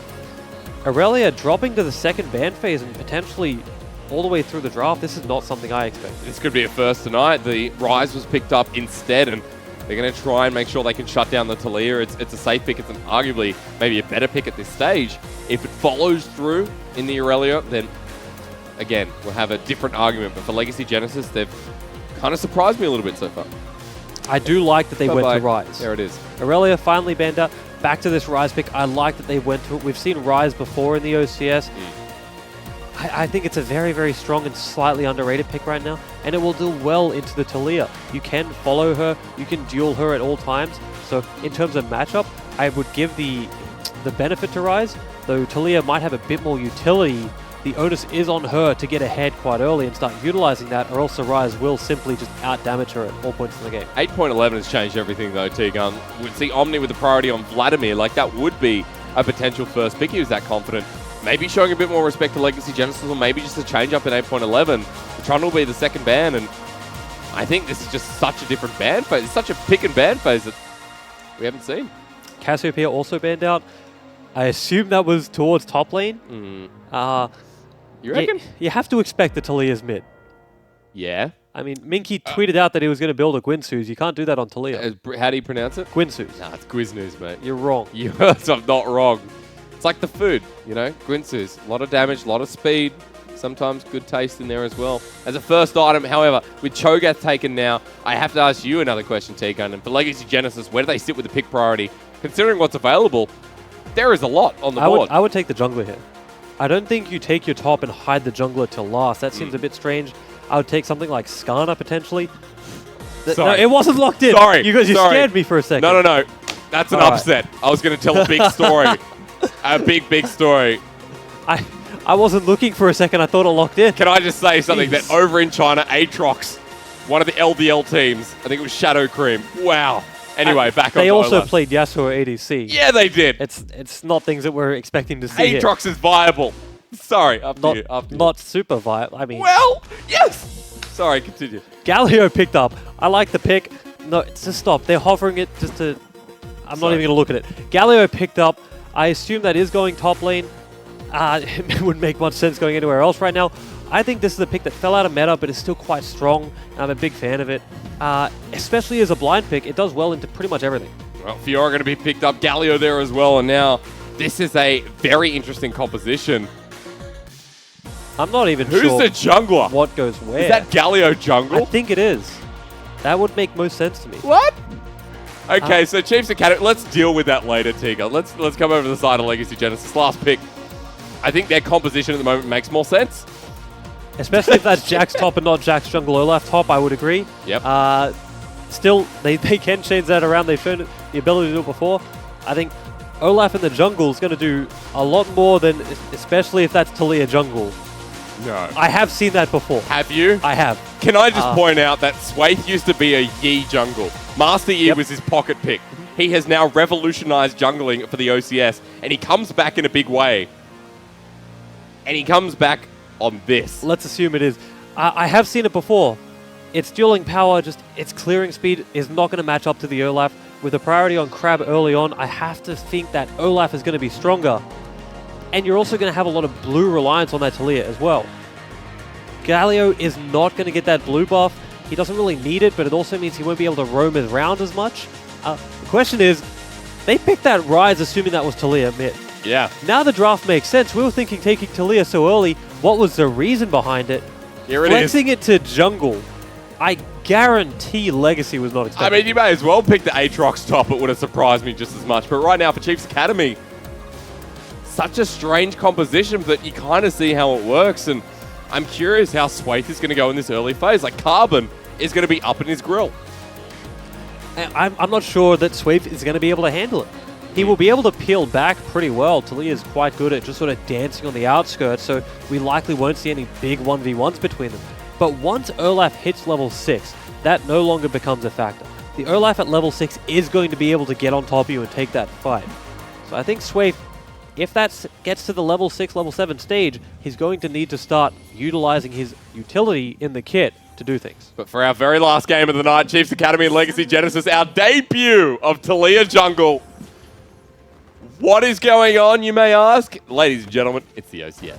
And it's also an invade. With the Talia jungle, looks like they're gearing up to invade. The Jax, if he's quick enough, he might get away. Mickey, wow, he's taking Counter-Strike first. He tosses a rock and it's going to be no damage whatsoever. Imagine Seismic Shove first. Imagine, Tiga. I was almost expecting a Q flash out of the Alistair there. That was a very potential for it with the Counter-Strike. I think he just timed it out well enough that he was able to get out. Starting Counter-Strike, not the worst thing in the world. He'll be fine in the lane. It's just a little bit difficult for him. The deep ward there for Chiefs Academy, I really like that. I was already questioning how the Talia is going to play into this Olaf. What a strange jungle matchup it is. And having information on where he's starting in the jungle will be really, really beneficial for Swaith. Swaith has also taken Phase Rush, so if you're expecting a very, very fast Talia very early on, a ward's going to spot him out and start his clear. And information right now for Legacy Genesis is all they need to control this Talia. I think both sides being warded is probably more beneficial for Swaith than for Chiefs Academy. Like I said before, I wasn't super sure about how this Talia is going to match up into the Olaf, but I do know he's going to want to avoid the Olaf and not take the duels very early on.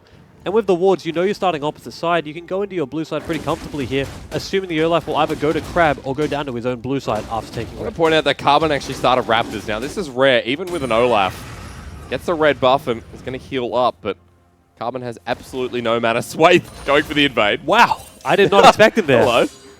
I think with the deep wards there, he definitely had the ability to walk in and pressure him, but just not getting much done. You already see the aggression from Swaith, though, and where his head's at is, even though he might not have the win in that 2v2, he's definitely going to look for it. Panda's already got the level advantage in this top side. Mickey Wells taking a bit of brute force, but Scuttle Crab secured in the top side of the map for Swaith, and I think this game's going to get more and more interesting as time goes on, because top side, you feel like is still going to be the priority, but in this bottom side, Gun Crab and Ayla, they've taken an aggressive lane, and Bushy Boo Boo and Crazy, they're going to struggle a little bit. Ayla just testing the waters there. You don't normally see the Alistair go in on an Ezreal, especially not against a Rakan. But he's just sort of going forward and saying, hey, if you don't pay respect, if you're not quick enough, I will engage on you. I am willing to do it. Loses out on that trade there, but sort of gets in Legacy Genesis' heads and just says, I am ready to fight at a moment's notice. Swaith and Carbon meet head-to-head one more time. And the Raptors will reset, but clearing speed, Swaith is about a camp behind right now as almost a full clear coming out from Carbon, and you can see Swaith, he's going to fall further behind. So for Carbon, he's got the advantage, and maybe he'll be able to poke his head into the jungle. It all goes back to that Raptor start by Carbon. That was very clever by him to take that greedy start after he saw the Talia starting down red side. I assume he made that decision because of the information he got. Knows that he's going to clear the camps fast enough that he can then take a full greedy clear. Oh no, this is where Talia comes in handy. Swaith onto Halo, but nothing happens. I want to give credit to Halo there. That was very calm and decisive play.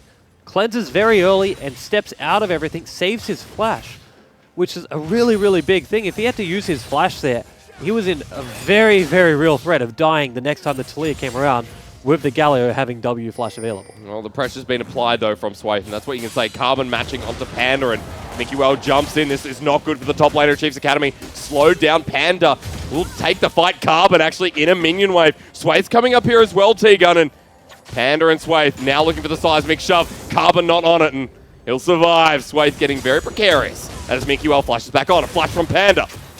What is happening, you may ask? I don't know. Very, very skirmishy fight here. It looks like both sides going to get out, though. Hang on, T-Gun. Hang on. Mickey Well. He's in the brush. Seismic shove backwards. He'll leap away. Ooh, spicy.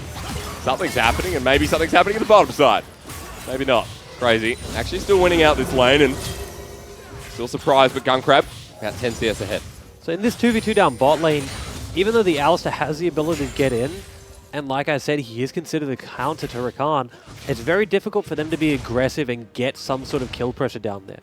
Anytime you do go in, Rakan is great at counter-engaging and peeling off the ADC, so that's all they'll look to do. Crazy's already got his back off and got his tier, so is Halo, so the sort of win conditions building up for Legacy, they are building for that scaling game. They're not expecting to win these lanes and win early on, whereas with the Lucian, with the setup from Chiefs Academy, you might be expecting them to try to win early on, especially when things like Galio and Talia start hitting level 6. Opposition they're not normally playing, but Chiefs Academy move to the top side. This is a guaranteed first blood if they can find Panda. He will get it, and first blood is secured by the top lane of Chiefs Academy. What a great roam by the Galio there.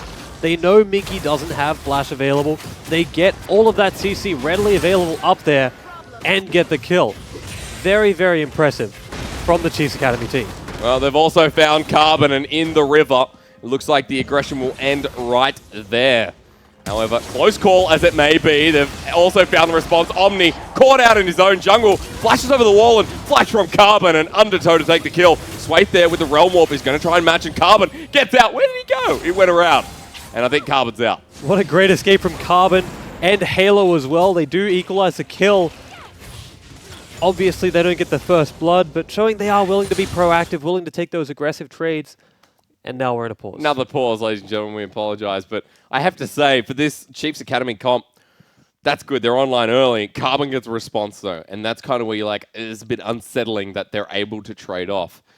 Chiefs Academy, their comp is not that easy to run. It's good in the first parts of the game. But after that, I get worried for them. So this is a different playstyle from Chiefs Academy altogether. I would say it's easier to run than you expect. Yeah. The second that Galio and Talia hit level 6, they both just start piling in to whatever lane they want to go in. Galio ulti, Talia ulti are going to get them there very, very quickly. And they'll be able to rotate really aggressively, and that's what you want to look for from Chiefs Academy. Well, we are back into game. Thank you for your patience here tonight. For Chiefs Academy, still flawless for the time being. And although it may be a new style, it's one that... I guess, yeah, Tegan, you can see how it works quite easily. Swathe has gone back. He's got the Magic Pen shoes first, so Sorcerer shoes to start off for the Talia jungle. It's going to be an interesting build because, you know, for me, this is the first. It's going to be a hard one for anyone to predict. I assume he's going to basically end up as their AP carry by the end of the game, and Galio will start transitioning to more of a tanky role. He'll likely start with a bit of AP, a bit of kill pressure, but just transition off to more tanky items. Perhaps we'll see a Stone Plate by third item. Yeah. It's a question of, is there enough resources to go around? Talia is going to need quite a lot of resources to maintain relevancy going into that 20-minute mark, and I'm not sure they're going to be able to sort of ration it out across all their members. But we're not there just yet. Only 7 minutes in, and the gold is neck and neck as Chiefs Academy lost out in that jungle fight. Omni getting taken down and the kill going to Carbon maybe enables him a little bit in this top side. Panda's pushed out, and you can see where the condition lies for him to come into this lane. Panda is a level ahead, but Minky Wells, he's fine at the moment. Top side's warded. Swathe is around there as well, but no mana. But he has blue buff. Even without the mana, he has just enough. The blue buff's going to regen. What's surprising to me is just how quickly he's rotating through this map. With that passive around the walls, he's obviously moving a lot faster. And he's reaching these lanes a lot earlier than anyone's expecting him to. That's why he got the tier 2 boots first. Hello in the mid lane, and Omni. No seismic shove. Still pacing quite nicely. Again, Halo just very calm in these very difficult to read situations. Again, dodges pretty much everything. The new mid lane has now been playing with them for, I want to say, about 3 weeks now. Doing very, very well. And that's what Legacy Genesis need him to do. Well, Halo secures himself, if I could speak properly, a blue buff before Omni can steal it away. Swathe looking to Weaver's Wall to the top side, but no dive possible just yet. That ultimate up for both Carbon and Swathe. Now the opportunity lies as they sit around mid lane. Weaver's Wall's there, Carbon. And I gotta say, clean play there from the jungler himself. You saw Swathe trying to shark around, trying to find the Weaver's Wall, but Legacy Genesis just initiate on the mid lane, pull the trigger, get the kill before Swathe can start being effective, and now you've lost that ultimate from the Talia, you've lost a lot of utility, and I assume what their game plan was going to be was the Galio and the Talia roam to a side lane. Now it's going to be a lot more difficult for them to execute that. We've got a Rise that's just been enabled there, T-Gun.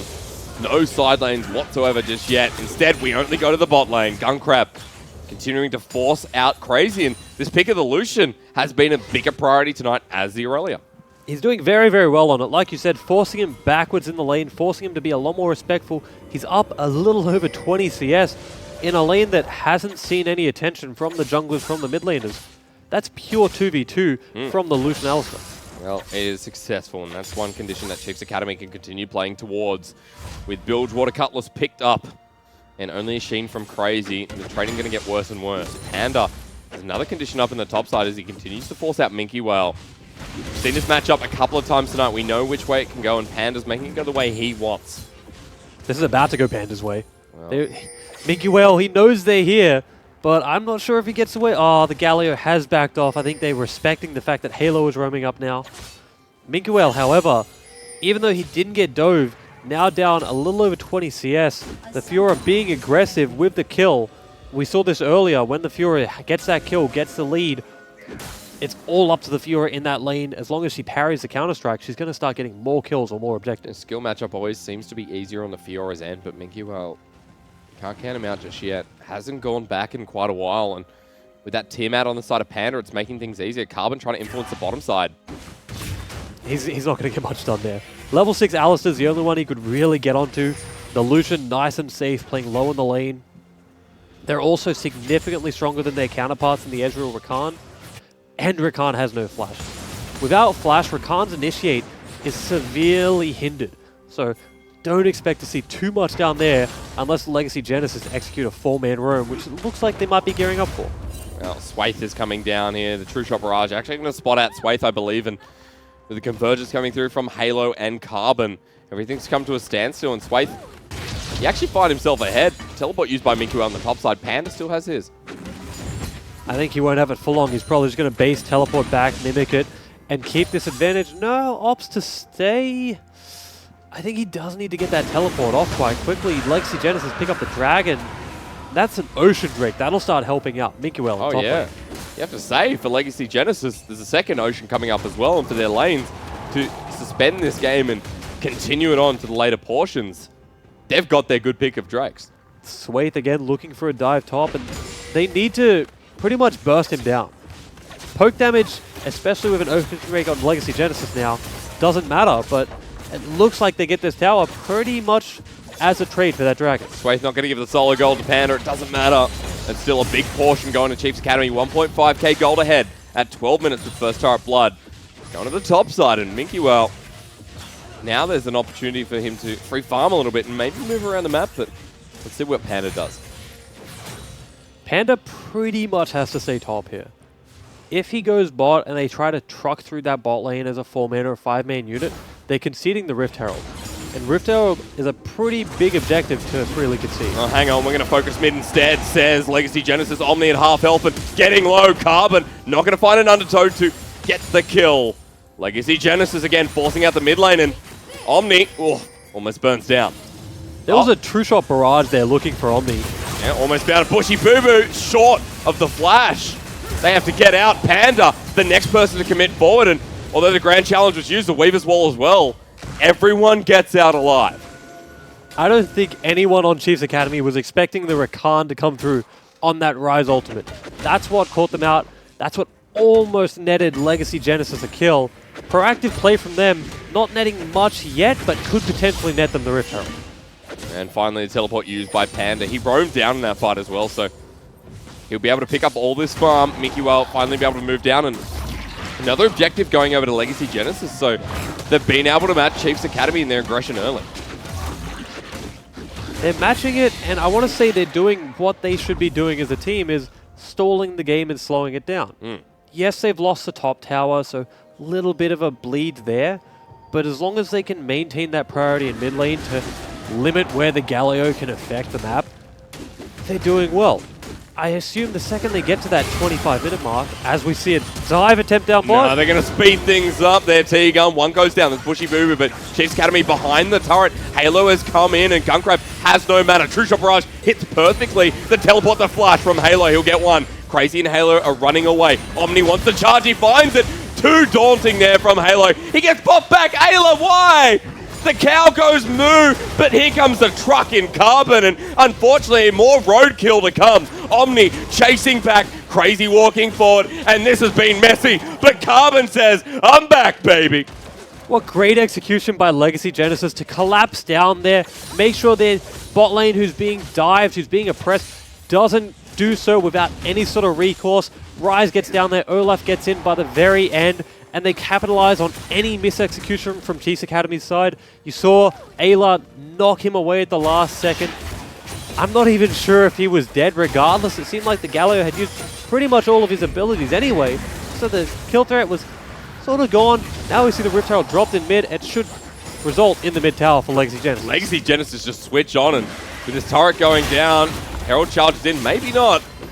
Tegan, I don't think it's going to take it, so it holds for now. It's whether the Legacy Genesis can go forward and take it. Even though the tower isn't dead, it's now sort of a bait. Anytime Galio leaves that lane, the tower dies.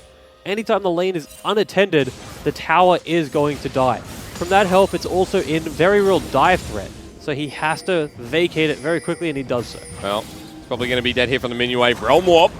Who's it going on to? The camera goes down, and you're the target. Swaith, first death of the game. Rise. Ooh, they caught Swaith. Ayla just walks away. Actually, Bushy Boo Boo went down there. So that's a good pick. It's a good trade from Chiefs Academy. They're also probably going to win out on the top side with the aggressive Fiora. It's going to push in that Jax. And like we saw in games previously, if that top lane is left unattended, Jax is going to struggle in his own. He needs some help, and he's just not getting it right now. Panda a level up and 20 CS as well. It's not as big of a lead, though, from Panda when you consider at the start of the night, we saw a much more devastating Fiora and I guess a much more devastating Jax at one point as well. So Minky, well, he's just trying to halt this lane. Trinity Force picked up, and he's about 1.2k gold behind, but the gold you want to look at right now is in the mid lane. That is 2k. That is 2,200 gold. Halo has not only stepped up to the plate, he's taken Omni to a new level. He might be dead here, though. Well, let's see. Halo just walks out with style and fancy footwork. That guy does tap dancing. The roam just not quick enough from Ayla and Swaith. Halo again, cool, calm, and collected. Gets out. You hate to see it. That's embarrassing. Yeah, hate to see it. At least it wasn't a flash. Yeah. That's what you can take. Calling out Sprentstammer, I see. You know, it's different. Well, not by name, but now you've done it. Yeah, look, I'm that kind of person. Hey, Weaver's Wall here. Bushy Boo Boo and Crazy both have escapes, but can they get out? No. Bushy Boo Boo dead, and Crazy, the next target. A double kill with a culling for Gunkrab. We now see why they took that Talia, the Weaver's Wall, the aggression, Gunkrab getting ahead here. And we said before the game even started, Chiefs Academy can and do like to play through their bot lane. Gunkrab now 3 kills, 30, nearly 40 CS up on the Lucian. He's going to be aggressive at every step of the way. The question is, can Omni deal with Halo long enough to keep him from pretty much killing that Lucian in every fight? I mean, the answer is no. With Rod of Ages, Omni doesn't have any MR just yet, only the base that comes with his kit. And Halo is just dominating here. Panda's walked down. Halo now the target, but can they get him? With the heroic entrance coming in, Panda gets the damage, gets the heal, and should be able to get Halo. The shield's there, though. Halo survives. Carbon comes in huge as well. Bushy Boo Boo chasing, but everyone from Legacy Genesis is low. There's nothing can be done. A double goes to the top laner, and Legacy Genesis once again win a fight. Great reaction there from Legacy Genesis. That was Chiefs Academy starting a fight. Gunkrab teleported into Legacy Genesis' red side. They were really aggressive there. Gunkrab a bit too aggressive though. Minky Whale caught him out, jumped on top of him, got the stun, got the solo kill in the midst of that whole fight, and now that's going to net them a second Drake and alleviate that pressure that Chiefs Academy was building. With this now newfound sort of, I want to say, control over the whole map and the game. Yep. Legacy Genesis is going to be difficult to deal with because the Talia's not online yet. The Galio is so far away from being where he wants to be in this game. He's not tanking. He's not doing a lot of damage. The only way that Chiefs Academy can get back into this is if the Lucian is unleashed and they somehow keep both Jax and Rise off him long enough. Well, Gunkrab got the new Essence Reaver there as his second item, so talk about unleashing Gunkrab. That's going to be the be-all, end-all potentially. However, Legacy Genesis here, they're showing their experience, and I think this is what's been lacking in the past couple of weeks, is them showing why these guys were top dogs to begin with. Carbon and Minky, well, these guys are as old as time itself, but they bring that experience with them. Crazy's been around for a while, and he played with you. I mean, that's really old. You were calling me out for my age jokes earlier. Come on now. I'm sorry. I'm so sorry. Look, that hurt. But really, for Legacy Genesis, the experience is there, and it's like activating a bit of a boost. A bit of a speed boost. They've now set up the game for themselves. They're neck and neck. You can talk about the experience all you want, but the newest player, Halo, is also doing exceptionally for their team. Up 3 kills, up 50 CS. Sorry, excuse me, 60 CS now. The experience is there from Carbon, from Minky, from Crazy. But Halo is really their driving force, and he has been in the previous weeks. So it's all on them to sort of tell Halo how to react in these situations, how to utilize that strength that he's found. Well, for Chiefs Academy, they want to accelerate this game continually, and this Waith is trying to get picks. He gets Archangel Staff as the second, sorry, Rylai's Crystal Scepter, that's the item for the second item there for the jungle of Chiefs Academy. Baron sitting there live, and that mid lane outer still standing. There's nothing that delays a game more. As long as Legacy Genesis hold on to this mid lane, it will be difficult for Chiefs Academy to roam and initiate things with their Talia and with their Galio. So you'll see Legacy Genesis expend quite a lot to make sure they can keep it alive. You see, Swaith is just not doing any damage to Carbon anymore. Carbon has picked himself up an adaptive helm, and Halo, meanwhile, is just walking all over Omni. There are so many conditions for Legacy Genesis, and I now fear for Chiefs Academy this time is still rolling over, and nothing is being done. Slow play works for Legacy Genesis. I'm not a huge fan of having the Rise bottom though. You saw just there, he was willing to go in on the Galio, but he has to respect that Talia so much. The second she started walking bot lane, Halo reacted quickly and bailed from that 1v1. And he's going to have to keep doing that, whereas the Galio is going to be very, very happy to ultimate up to the mid lane at a moment's notice. Well, Omni getting pressured out again, Halo just playing with him, and although Tingan, you don't like it, it's still working out. Still CS discrepancy and still opportunity for Legacy Genesis. They're pushing in the mid lane and again still delaying things. And Crazy, he fell behind in the laning phase. He's kind of caught up a little bit. Swaith is caught. Well, I think he is. And the pings are going down there, but we're watching Minky Whale because Panda's popped the grand challenge. 1 hit, 2 hit, and he's not going to find it. Repel there, Minky Whale wins out, and this time it's good. Crazy now caught out as Gungrab has to flash over the wall. Ayla pops him. Crazy trying to get the pick, but Halo's got one. Omni for the response. Can he find it? The answer might be no as Omni runs for his life. Minky Whale there to secure the kill. Carbon picks it up. Gungrab, Ayla running away. Legacy Genesis again. And that's Baron right now. Legacy Genesis is going to take Baron off the back of that, off a fight that was a little bit on 2 fronts. We saw it up in top lane. Minky Whale winning that fight because he held his counter-strike long enough. That Panda missed the riposte, didn't get the stun, didn't get the trade, couldn't finish his grand challenge. Dies just with 1 vital left. Then on the other side, it looked like Swathe got caught a little bit early. That fight just didn't go Chiefs Academy's way. Legacy Genesis capitalizing on it, and even though Gunkrab has the lead like he has before, Legacy Genesis with a strong rise. Gunkrab just died to Bushy Boo Boo. Now, Ignite was used. I don't know how it happened. I knew he was low. I don't know if that was a 1v1. But still, you just lost your 80 carry and you got Baron buff. Legacy Genesis are 4k gold ahead at 22 minutes. They're sitting 1 and 3. Chiefs Academy undefeated. This could be the complete turnover. Just touching on that kill, Bushy Boo Boo used his flash as well. And while it's cool that he got the kill, and I would not say worth. So worth, I would disagree. Because Legacy Genesis in the next 3 minutes with this Baron need to be aggressive and need to get things done. And you've just lost your flash on Rakan. One of your best tools of engages. Rakan, flash RW. I just want to point out as well, Minky Whale completed his second item. It's a Gwinsus. It's a Gwiznus. It's a Gwinsus. He did say he'd build it tonight, but Halo, Chiefs Academy get a big pick. That's going to stop the Baron play. Or at least halt it. I think it'll slow it down. It won't quite stop it. The Jax up top needs to be dealt with exactly how we saw the Rise dealt with. Yeah, he's got a Gwiznus, yeah. A Gwinsus. Yeah, that's right, Gwiznus. 3-1. Minky Whale just cannot be stopped right now, and I'm glad he's a man of his word. But Omni cannot deal with him. He's level 15. Minky Whale can just jump out. He's going to take the Grop. He's like, oh, I'm escaping, but also it's my jungle. I do like the thought process there from Chiefs Academy, though. They did that to Rise. They caught him with 3 people, blew him up before he was able to do anything, and they need to do the same thing to the Jax, because the Jax in the 1v1 now, 3-1-1 has now clipped that Fiora. We thought the Fiora was in the driver's seat.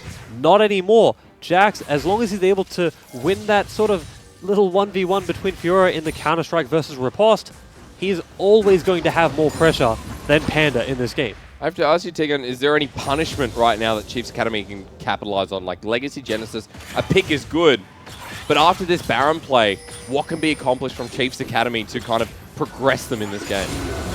Right now, they're just alleviating pressure. If they need to get their Galio active, 0-5-1, 188 CS to 260, almost Flame Horizon now.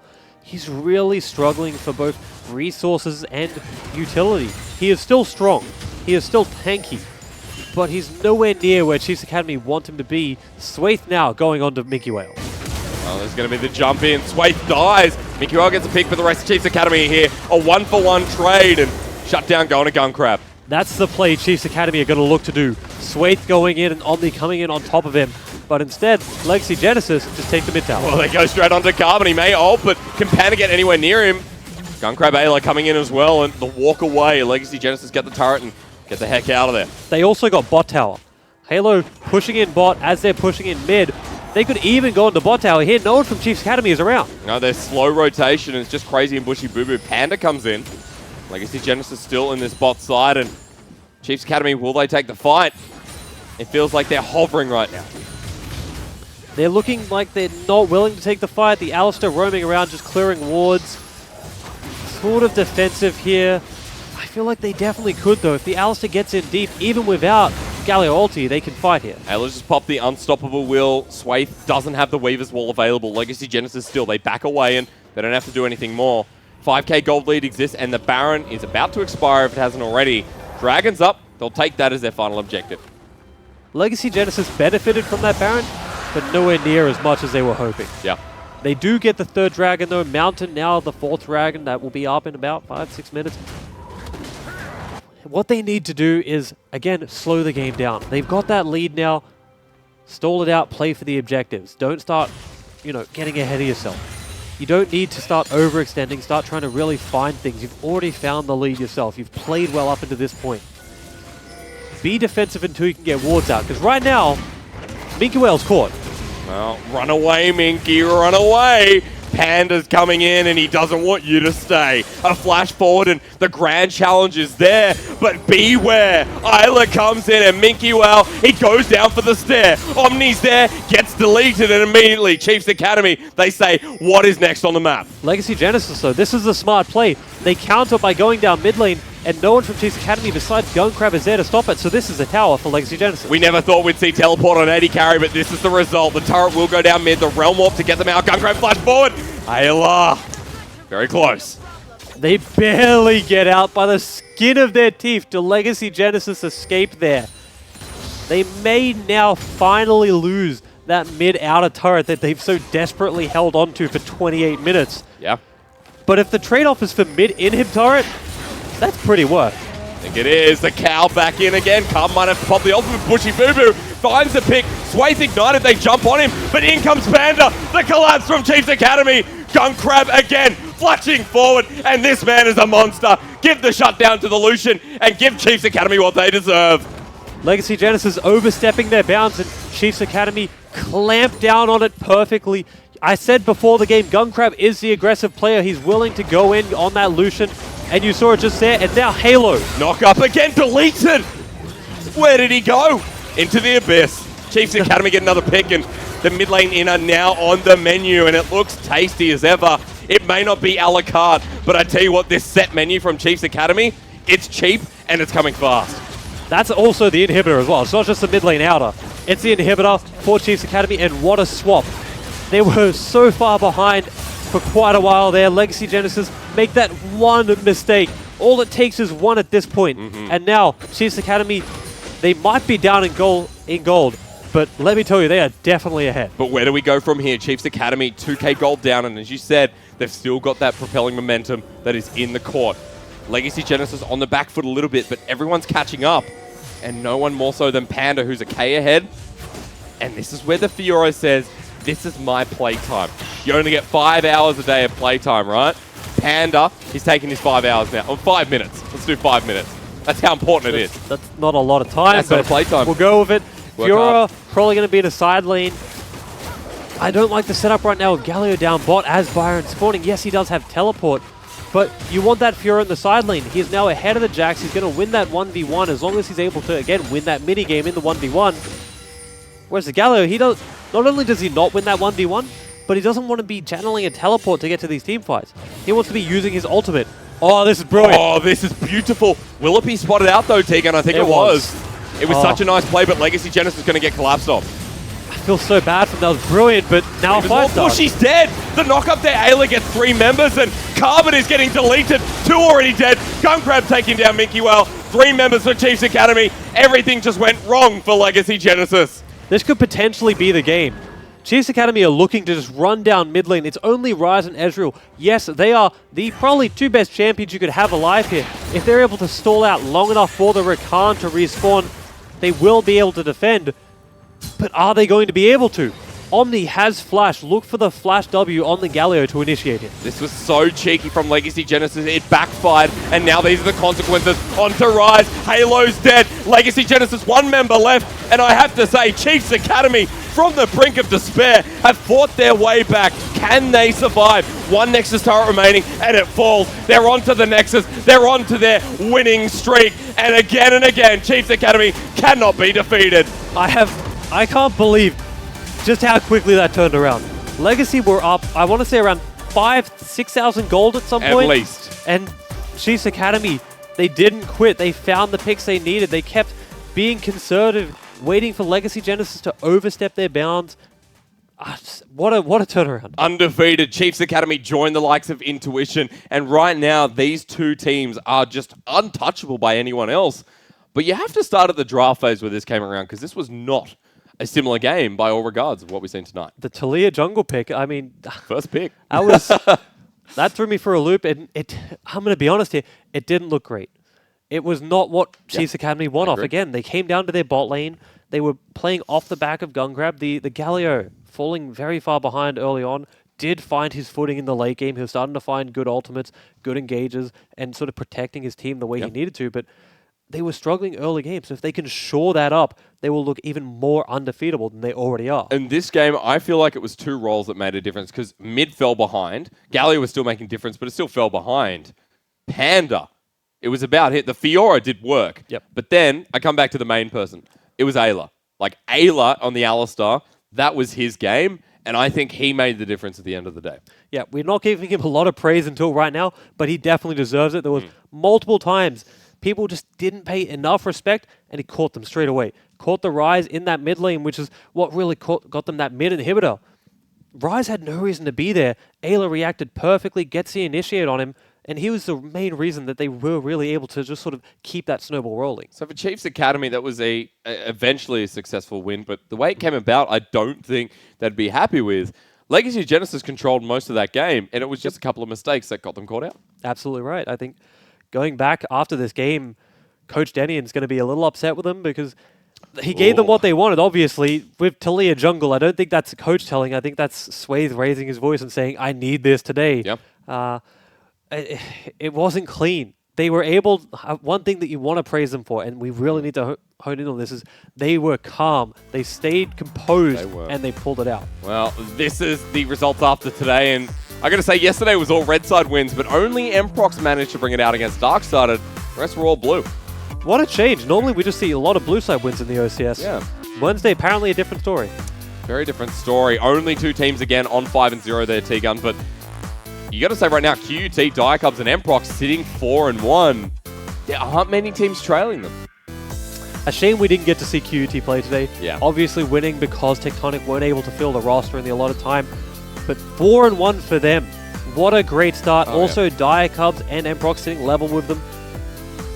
Next week's going to be a big week for all 3 of those teams to sort of separate themselves from the pack. But not just that, Avant Academy are clawing their way up, and it's about the stars of tomorrow, right? About growth. And they have shown it so far. They beat Bombers Academy, and that was in regard an upset because Bombers Academy were making the step up. And there are so many teams that are so close of standings.